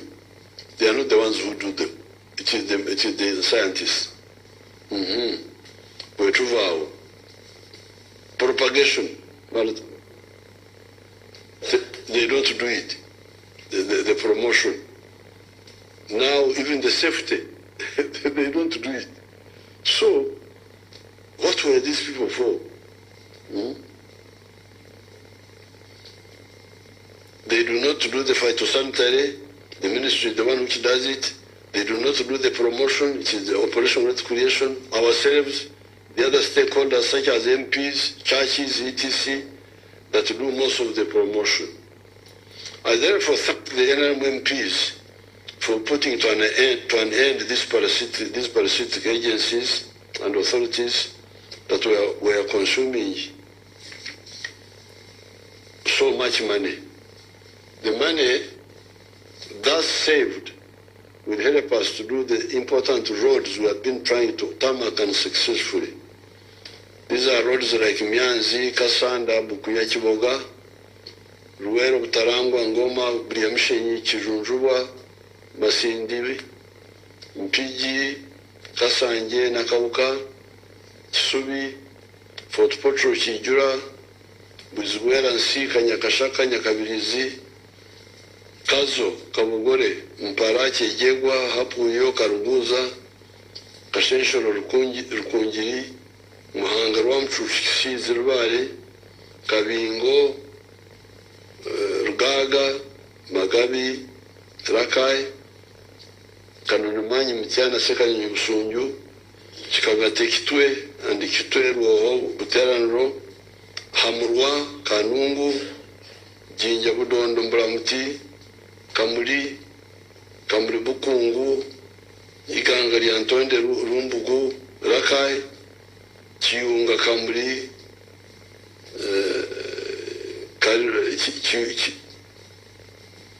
Iganga Chiunga Kamuri, Kariro Kamuri, Manafa Namsindwa, Manjia, Moroto Kotido Kabong, Kitugumuna Mukora Karenga Kidepo, Dokora Amorata Namasare, Kituguma Pieta Atiak, Moyo Koboko, Sorota Muria Obaranga Achanpi, Adilang, Lira Aroya Dwari, Patongo, Nebi, Gori, Paida, Arua. Even if we save shillings 1.5 trillion from these agencies per year, it will help us to do this. The most shameful part were those who were tribalizing the effort. It is criminal to do so. It is good, however, that they have come out and said that Museveni will be stealing part of the coffee if UCD is abolished. UCD is now abolished. We shall now see which coffee Museveni will steal. If there will be no coffee stolen by Museveni, as there will be no coffee stolen, the people of Uganda must realize the shallowness of these groups and punish them politically. Although I think we should also punish them even legally. Finally, I must comment on the rotten opportunism of these parasites that is also dangerous. The coffee prices have been quite high, which has been good for Uganda. Apparently, the high prices are high because of the drought that hit Brazil and other coffee-producing countries. Therefore, none of us is responsible for high prices that we are getting now. What I am responsible for, and for which I should be credited for, is that NRM rescued the research scientists and generally the wealth creators by creating peace for them to work, and we also correctly identified coffee as one of the high-value activities that can be undertaken that we put in the manifesto of the NRM of 1996. That was when UCD had just started. We correctly identified that the demand for the coffee is growing from 118 million barrels in which year? In 2000, the demand of global demand of coffee was 118 million. 2000, now it is 160 million bags, not kilograms. So that's what we should be credited for. Nti twalengera nti emwanyi erina akatale kanene okusinga ekyokwelabirako vanilla, and we recommended it. We recommended it and promoted it. But the high prices are not our work. It is the international, the global demand of coffee which has been. There is a shortage of coffee now because of the drought in South America. However, if too many farmers flood into coffee because of the high prices, supply may exceed demand and we end up with prices collapsing. That is why the NRM advises people not to go for Hechokomba, moving on one leg like when children are playing. When you are walking on one leg.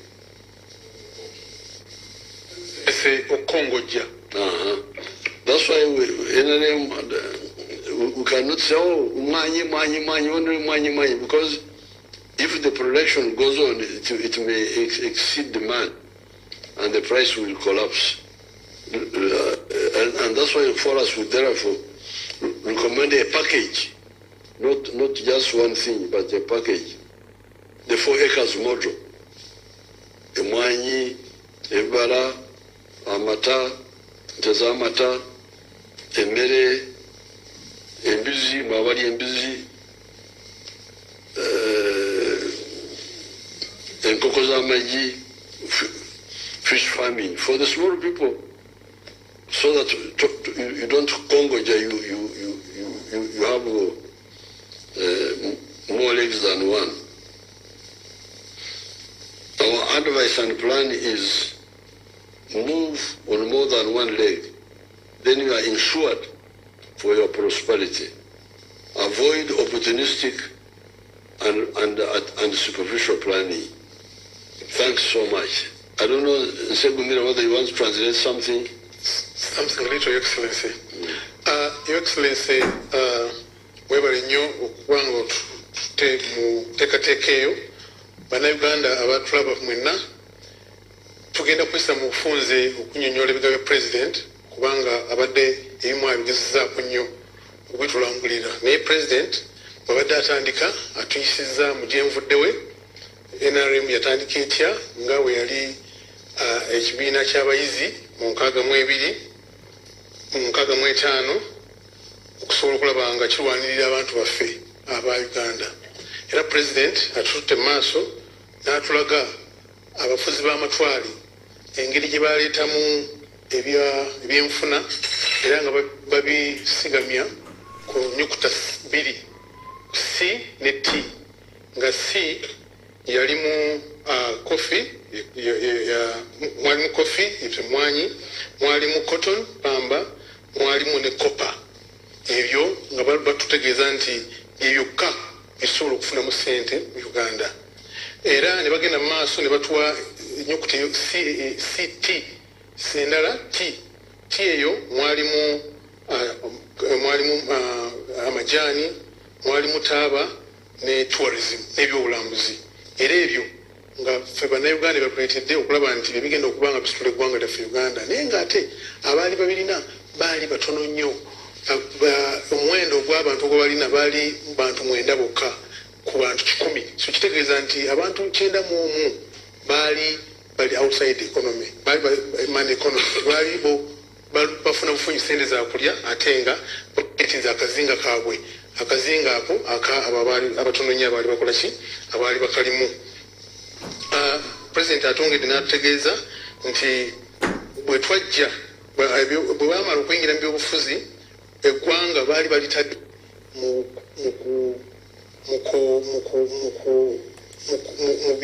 mu byamadiini n'ebyamawanga okusosolasola muki mu mawanga ekyali ekizibu nnyo eri eggwanga lyaffe Uganda naye President teyalekeraawo yagenda mu maaso olwokuba nti yalina ebirowoozo eby'omu maaso biraba Uganda yaffe mu maaso n'asobola okulaba nga bwe yajja mu kulembeze yasobola okulaba nga ategeeza bannayuganda nti newankubadde ebyo bikulu nnyo zenjogeddeko wammanga C ne T byali bikulu nnyo naye tetwalinawo ebintu ebirala ebisobola okubeera nga byongera okuyamba ku ekonomi n'enkulaakulana yaki yeggwanga nti twali tetusaana kulima mmere yokka yakulya naye twali tusobola okulima emmere etulya negitukola ki negitutunda esobola okubeera nga ekola ki ng'eyimirizaawo obulamu bwaffe President ageze mu maaso n'atulaga nga emabega yonna okuva mu 6 mu 7 mwonna mwalimu obukulembeze obwali tebukkiriza enkulaakulana nanteekateeka Uganda ogenda muki ogenda mu maaso era atulaze nti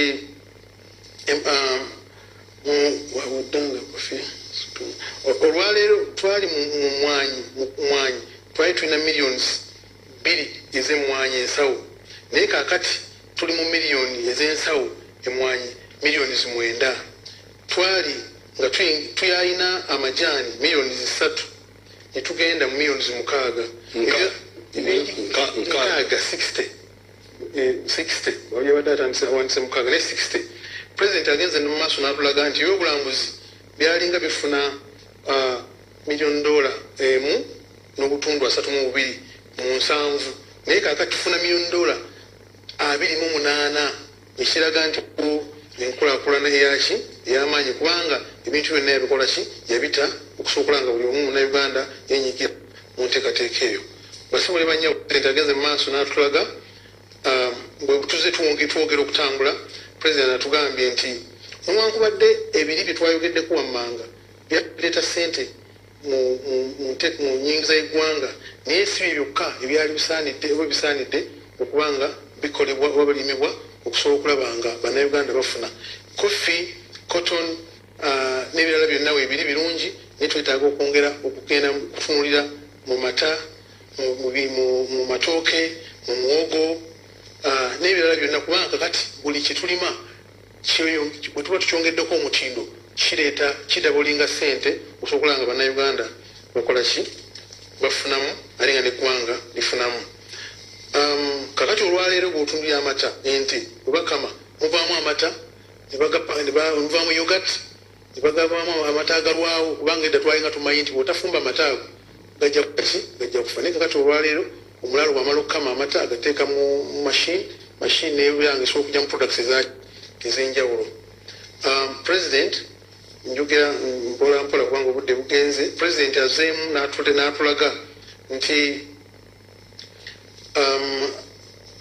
twalina ebintu bino byonna bisobodde okweyongerako kubanga President aleese ebintu 5 ebintu 5 ebyo byaleese mu economy mu byenfuna by'eggwanga mulimu bascientist agezezaako nnyo okulaba nti bascientist babeerawo okulaba nga abantu balina skills bakulaba nga balina factories ez'enjawulo okukola amalagala okukola okuassemblinga computers okuteekawo computers n'ebirala byonna eby'omulembe era President n'atugamba nti kati economy yaffe mu 1996 twalina obuwumbi bwa $3.9 kakati olwaleero twogerera tulina obuwumbi 55 bw'otunulira 3.4 bw'otunulira obuwumbi 3 3.9 no comparing olwayo ku 5 mu 5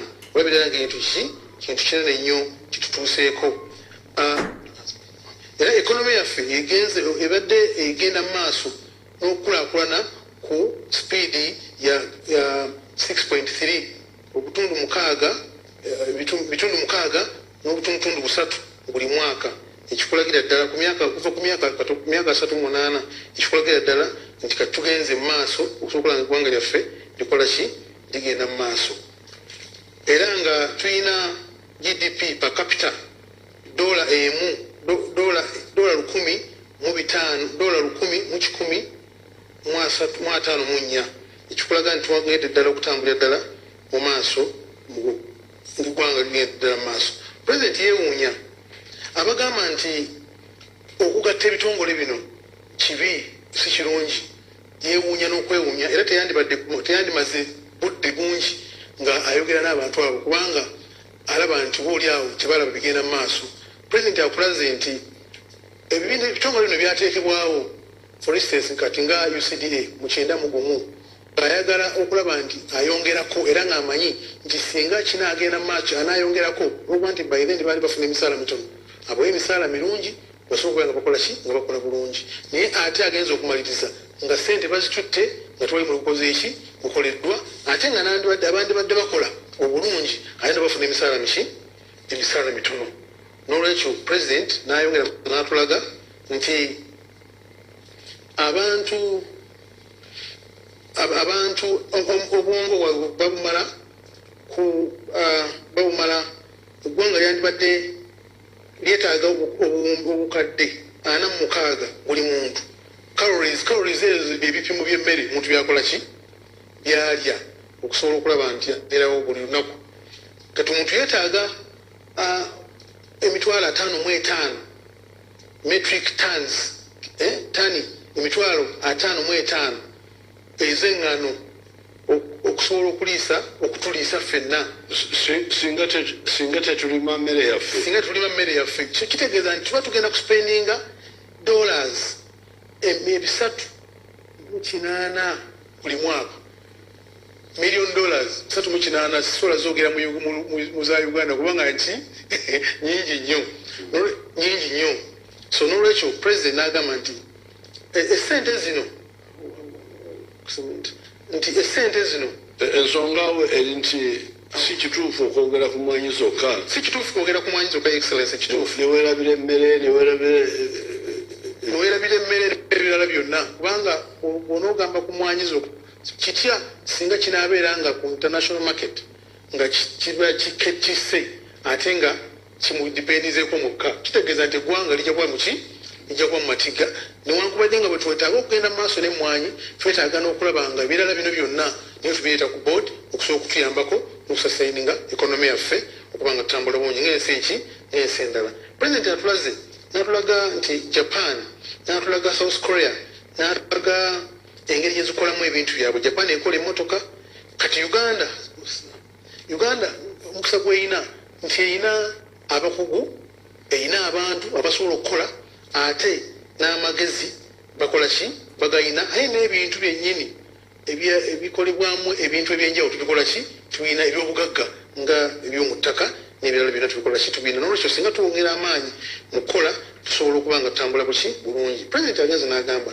nti tulina UNRWA tulina UCDA tulina DDA tulina NADS tulina NFA n'ebirala byonna byateekebwawo ku temporary measure nga tubigezesa byakaseera tebyaliwo okubeerawo ebbanga lyonna naye twabiteekako okusobola okulaba nti oba oli awo tutesitinga omwana tumupreparinze bw'amala okuyimirira tumuleke ate akole ki ate atambule nga byalina okudda obugezi bw'akaseera bimale ate bidde miki mother ministry zaabyo bisoboka nga bitambula buki bulungi kubanga sente zaali zimaze okufunika era nga baziweebwa okusobola okukola ki okukola buli kintu kyonna.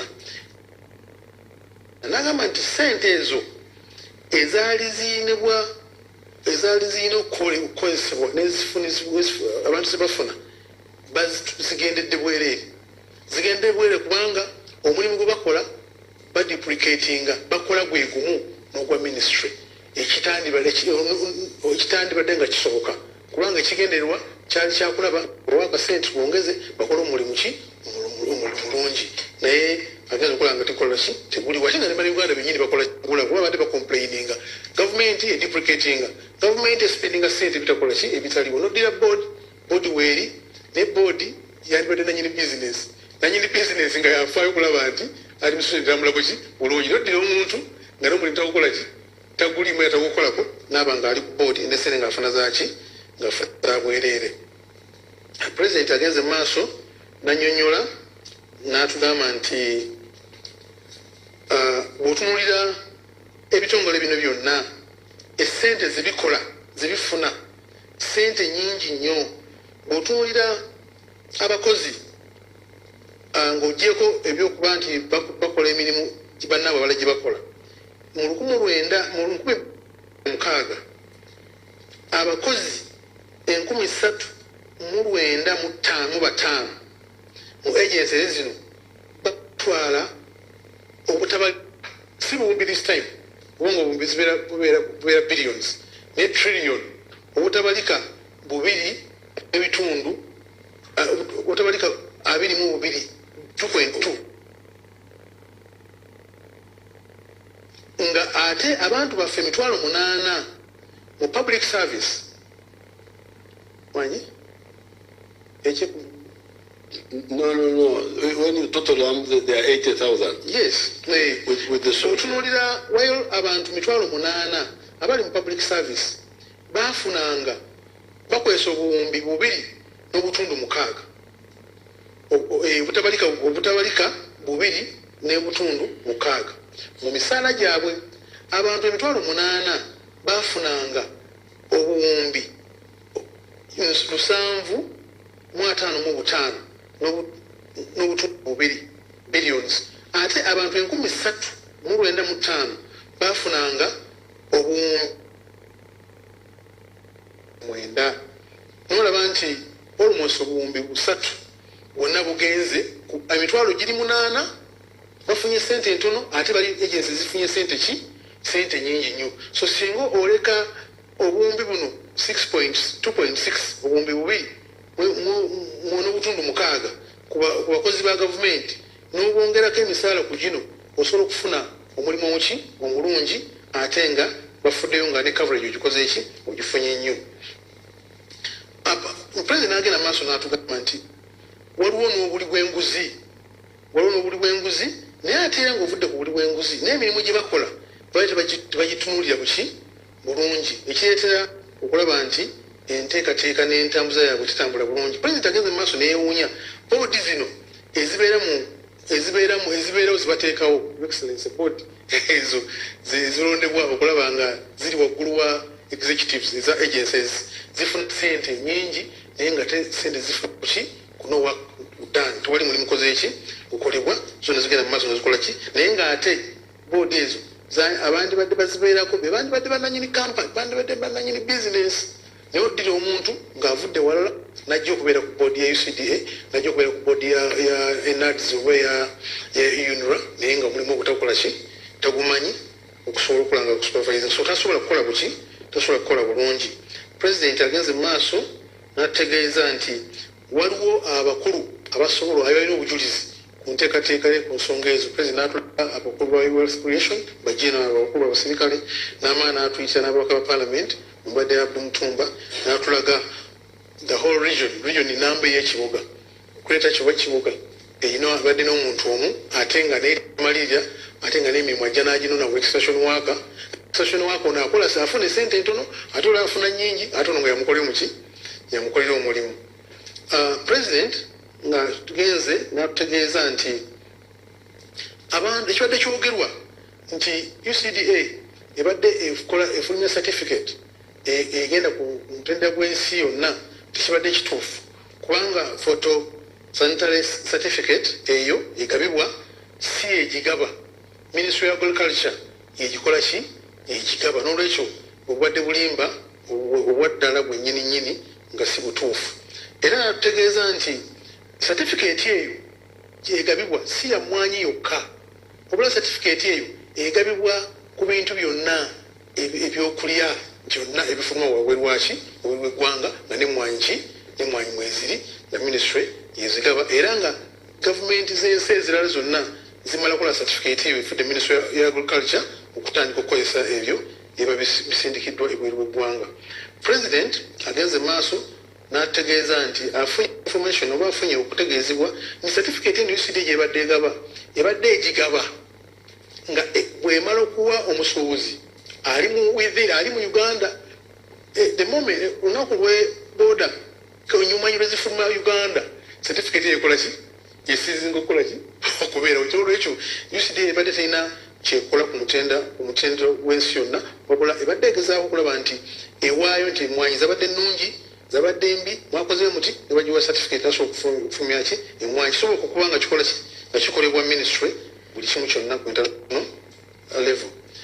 President agenze n'agamba nti extension workers abalimisa abali ku magombolola gaffe olw'okuba nti bali tebakola bulungi era nga tebafuna ssente bulungi this time round president akkiriza nti agenda kuwongera amaanyi ministry of agriculture ne ba extension workers misaabo basobole okulaba nga bakola omulimu gwabwe bulungi okusobola okulaba nga batuukana n'omutindo era n'okusobola okusomesa abantu baffe mwanyi ki ze basobola okunoga nabazaanika batya era basima batya ebinnya bazikuuma batya mu maaso. Akawuka president ageze maaso n'atuyitira abascientist kukawuka kano yayogeddeko akaluma emwanyi ako ate akawuka ako kabadde kabi nnyo akabonyabonya abantu naye yeewunyiza okulaba nga UCDA tenaba kuvaayo okulaba nga taking measures okulaba nga akawuka kakola kikakolebwa naye scientist atugambye nti akawuka yamaze okukola yakola ebikatwala ng'alina akawujjo kateekayo n'okuteekayo petroli bamafuta oba ki okusobola okulaba nga akakola ki wanyi ateekamu omwenge naga nti yeetaaga buyambi asobole okubeera nga multiplyinga eddagala eryo buli munauganda alikole ki alifune okusomesa omuntu oyo so nga asobola okuba nga yeekolera. President agenze maaso n'atulaga nti mu Uganda yonna aba UCDA babadde 55 bokka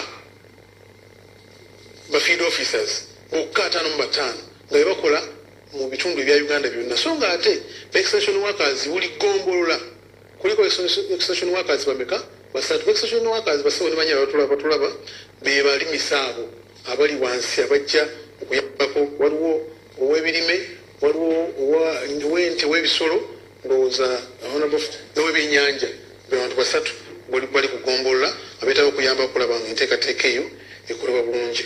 President agenze n'amaaso n'ategeeza nti nga maliriza nti operation wealth creation ate era obujuliwa tubufunye nti bebasaasaanyiza emmwanyi nga ne bannayuganda bennyini bakimanyi bulungi nti ekituufu ekikola ki ekiriyo basaanyiza emmwanyi okusobola okulaba nga bannayuganda bonna bafuna era bateekateekebwa bulungi. President atugambye singa ssente zino trillion 2 n'obutundu 2 zisevingibwa wadde 15 obweziba 15 zokka buli mwaka 1.5 yes obutundu emu n'ebitundu 5 singa zikekkerezebwa nga zivudde mu bitongole byetumaze okuba nga bisibiddwawo zisobola okukola bulungi nnyo infrastructure enguudo president n'azimenya nzoba president amenye lwange olw'ekituuma ataloogeddeko naye amenye enguudo n'ayogera ku nguudo zaffe mulimu Bukuya Kiboga Luweero Butalangu Ngoma Bulya Mushenyi Kijinjubwe Masindi Tanje Kisubi Road Fort Potro Kijura Bwizibwera Nsike Nyakashuka Nyakabirizi Road Kizo Kiza Kabugore Mpara Kyegwegwa Apuyo Karuguzi Road Kasheshero Ukunjiri Road Muhanga Rwamuchuchu Kisizi, Rubare Road, Kabingu, Rupaya, Magabi, Rakai Road, Kanuni, Mani, Mitina Sekanyonyi, Busunju Road, Kagate, Kitwe Road, Kitwe, Reho, Utara, Engudo nyingi nnyo Excellency, nyizo utazimalayo zonna. Naye engudo nyingi nnyo President zayagala okukola nga savinze ssente ezo okusobola okukola nga bannayuganda bafunye wamu bonna okusinga omuntu omu oba abantu abatono nnyo okufuna ssente.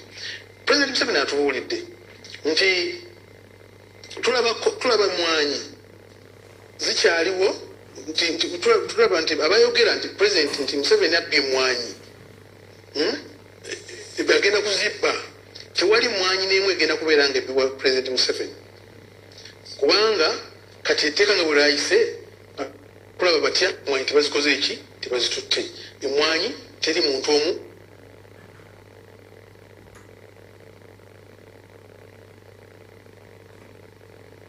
abayemedde okukolera abantu nebasala okuteeka politics mu maaso kubanga ekiseera ky'obufuzi kituuse kati baagala kalulu beeripye ku mwanyi bagenda kuswala kubanga emwanyi zigenda kuba weeziri nga tezira gye ziraze so abantu bajja kubanga bannabyabufuzi abantu bammwe abatula bannayuganda mube babonereza politically ekyo mukitegeera mu kalulu basobola kubanga boogera tebagaliza nki tebagaliza nsi yaabwe emwanyi weeziri tezina gye ziraga era kubanga kyekimu ku birime President bwe yateekamu amaanyi okulaba nga beeyongera mu ggwanga era nga batu bafuna ssente. Ekisembayo President agambye nti ayagala kwogera ku bantu bano abavundu abeeyagaliza abalina emitima emibi abanyunyusi ababi ennyo ayagala kubogerako okusobola okulaba nga beddako bwe baba tebazzeeko politikale aye ne mu mateeka bajja kuba bakola ki bavunaanibwa. President agenze maaso n'ategeeza nti emwanyi beeyi emwanyi ebaddewo mu kaseera kano kubanga ebintu Uganda eyina emwanyi nnungi eyina embeera nnungi abantu bafunye obudde okulima obulungi emirembe weegiri era n'ategeeza nti emwanyi zino ebbeeyi yaazo ekyagenda waggulu mu maaso kubanga kati ntono nnyo ku katale k'ensi yonna olw'ebizibu ebimu ebyabeerawo naddala mu Brazil ne mu Colombia n'awala wonna baafuna ebizibu ebyenjawulo bafuna ekyeya nekibanga emwanyi zaabwe tebasobodde kubanga bazikuza ate ffe Uganda nga tuzikola ki nga tuziyina ate ngaemwanyi ki emwanyi nnungi. Olwekyo omuntu agamba nti UCD evunaanyizibwa kukwambusa emiwendo aba mukyamu kubanga UCD tegula mwanyi tetunda mwanyi terima mwanyi kati ate zikola eki ezivunaanyizibwa etya nekatale k'ensi yonna si ekola ki si ezitundayo. Tulabye obujulizi okuva omukulu omu kuba exporter n'atulaga ddala gye batundamu emwanyi zaabwe era gye beefuniramu akatale nga bo bennyini. President n'atulaga nti emwanyi nazo zibadde nnungi nga maliriza kubanga ba scientist yagezeza okulaba nga identifying bannasayansi okusobola okulaba nga bongedde amagezi amangi mu mwanyi netufunamu emwanyi ez'embalwa ennungi katulaye tuwogera twagala cutting twagala ebirala byonna bingi byebasobodde okuba nga bakolamu munnayuganda n'afuna obuki obulungi. President agenze mu maaso ng'amaliriza nti mu 1986 mu manifesto ya NRM yateesa okusobola okulaba nga bateekawo ekibiina ekikya UCDA kubanga waaliwo emaliriza waaliwo obwetaavu bw'okutereeza emwanyi ezo era n'alaga emwanyi ezo ensawo zitwali tukola ki zitwali tufunamu. N'olwekyo si kituufu abagamba nti President Museveni nti gavumenti eyagala kwavuwaza abantu ate gavumenti eyagala kukola ki kugaggawaza abantu nga bwe zeekola kubanga ne bw'otunuulira mu operation creation bwe baali bagireeta abantu baagivumirira ne bagamba President aleese tejja kutambula naye kati olwaliro abantu bali ku ground basanyufu nnyo operation ku PDM abantu bafuna ssente era beenyumiriza mu nteekateeka. N'olwekyo President agamba nti ye enteekateeka ye alabira ddala wala abantu bagenda okwagala okulingiriza ate nga yakoze eki nga yagenze. N'olwekyo ayagaliza eggwanga lye buki bulungi ayagala kuwa amagezi okusobola okulaba nti tuva mu kukongojja nga tukozesa okugulu okumu tube nga tukozesa amagulu maki amagulu abiri osobola okutambula obulungi olwa enkulaakulana aka nga tukozesa eka modo eyokulaba nti tukola tulima emmere gyetulya negyetukola ki negitunda president n'abaagaliza okukulaakulana okutambula obulungi n'okweyongera okulaba nga tugenze mu maaso ndowooza mu bwempimpi mu bufunze byensobodde okuba nga nzijja mu bigambo bya president byewandiise so president tukwebaza nti webale nnyo webale ddala okuba nti okulembedde eggwanga lyaffe Uganda nga oli mu nkulaakulana president njagala kumaliriza nange katono nnyo nti tulaba NFA okuba basobola okuvaawo byatuyamba ewaffe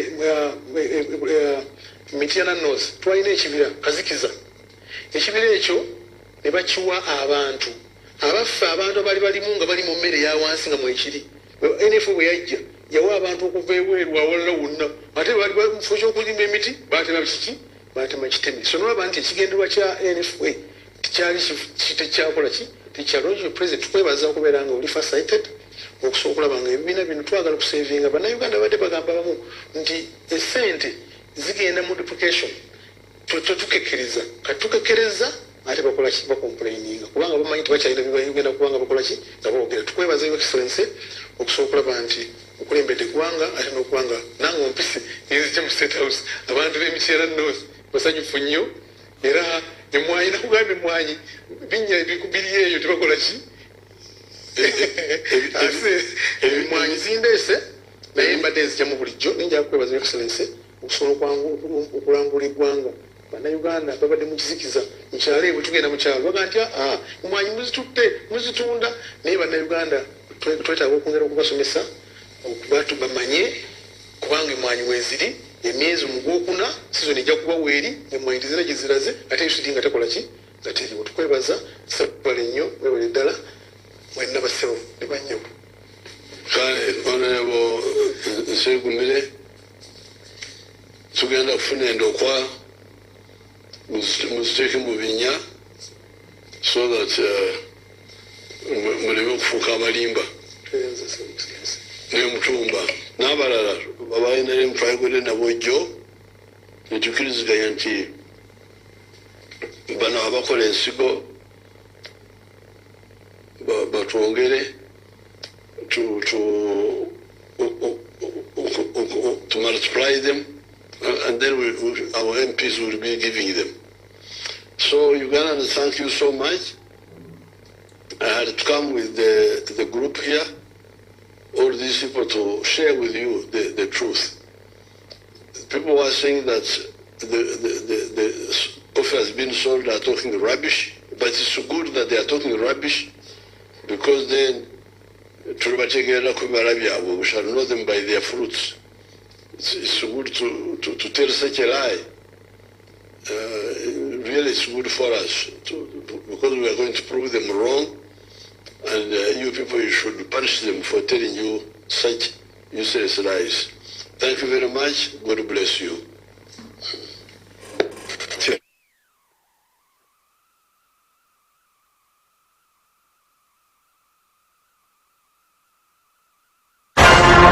PAL FM ekutegekedde gunjuka ne PAL FM nga lino ly'ebbanguliro ly'abawummuze bonna ng'era ku mulundi guno gunjuka agenda kuyindirako Etihad International School ekira mu Kira Municipality okuva nga 14 paka nga 28 Desemba 2024 kati wandiise omwana wo leero wano ku reception ya PAL of Africa Radio okuva ku myaka 6 paka ku myaka 18 tumubangule mu gunjuka ne PAL FM wagenda kubeerera bamashika b'enjawulo badokita n'abantu abatutumufu mu ggwanga beera mwangu wandiise omwana wo okumanya ebisingawo okugunjuka 2024 kuba ku 0700 35 455 oba ku 0200 926 7 gunjuka awagiddwa Etihad International School ne bitegekebwa 17 PAL FM ekulimu tangaza ebirooto bya famire yo ne Star Times Solar. Sola ne gira kamatala ag'obwerere. TV keriko Star Times kabakusasulidde emyaka 2 byonna ku mitwalo 5 buli mwezi. Kyalira ettabi lya Star Times oba erya Centenary Bank lyonna okwewandiisa okufuna Star Times Solar. Sola ne girako eryandalika bejja garanti ya myaka 2 ng'era esoboka eri buli omu n'ensasula yaayo nyangu ddala. Okumanya ebisingawo kuba ku noti 2 noti 117 766 oba noti 3 7 7 oba noti 8 noti 2 noti 555 oba kabuno bukutuusibwako Star Times Solar nga bali wamu ne Centenary Bank. Centenary Bank. Centenary Bank erungamizibwa banka enkulu ya Uganda. Sente z'abakasitoma zikumibwa Deposit Protection Fund paka ku bukadde 10. قل يا أيها الذين هادوا إن زعمتم أن Oyo muyizi wa Aliyah Junior School. Aliyah Junior School bebatadde omutindo mu byenjigiriza. Essomero liva ku nasare paka ku kibiina ekyomusanvu. Liri ku musingi gwa Busiraamu naye nga n'eddiini endala zaanirizibwa. Abasomesa balungi batendeke basomesa ebyeddiini n'ebyensi. Aliyah Junior School lyadde ne boarding. Ekifo kiyonjo nga ne security eggulugulu. Basomesa empisa n'okwogera mu bantu. Kyewandiise public speaking. Basangibwa Kiryagonja Matugga kilomita 3 ng'ova mu tawuni y'e Matugga oba e Wakiso. Okuwandiika abaana kugenda mu maaso okuva ku nasale okutuuka ku P7. Essimu 0752 65 47 17 ne 0781 24 13 34. Owange, nina embuuzi yo. Olunaku lwe nazuula buto wa Fortune Gold. Namanya nti nfunye gold. Enfumba yange teddangamu kubeera kyekimu. Eddekende, akawoowo, n'essanyu nga nfumbisa buto wa Fortune Gold. Buto wa Fortune Gold asiddwamu ebirungo byonna eby'omugaso. Agira mu bipimo eby'enjawulo era asangibwa mu maduuka ne supermarket zonna ezikulinaanye.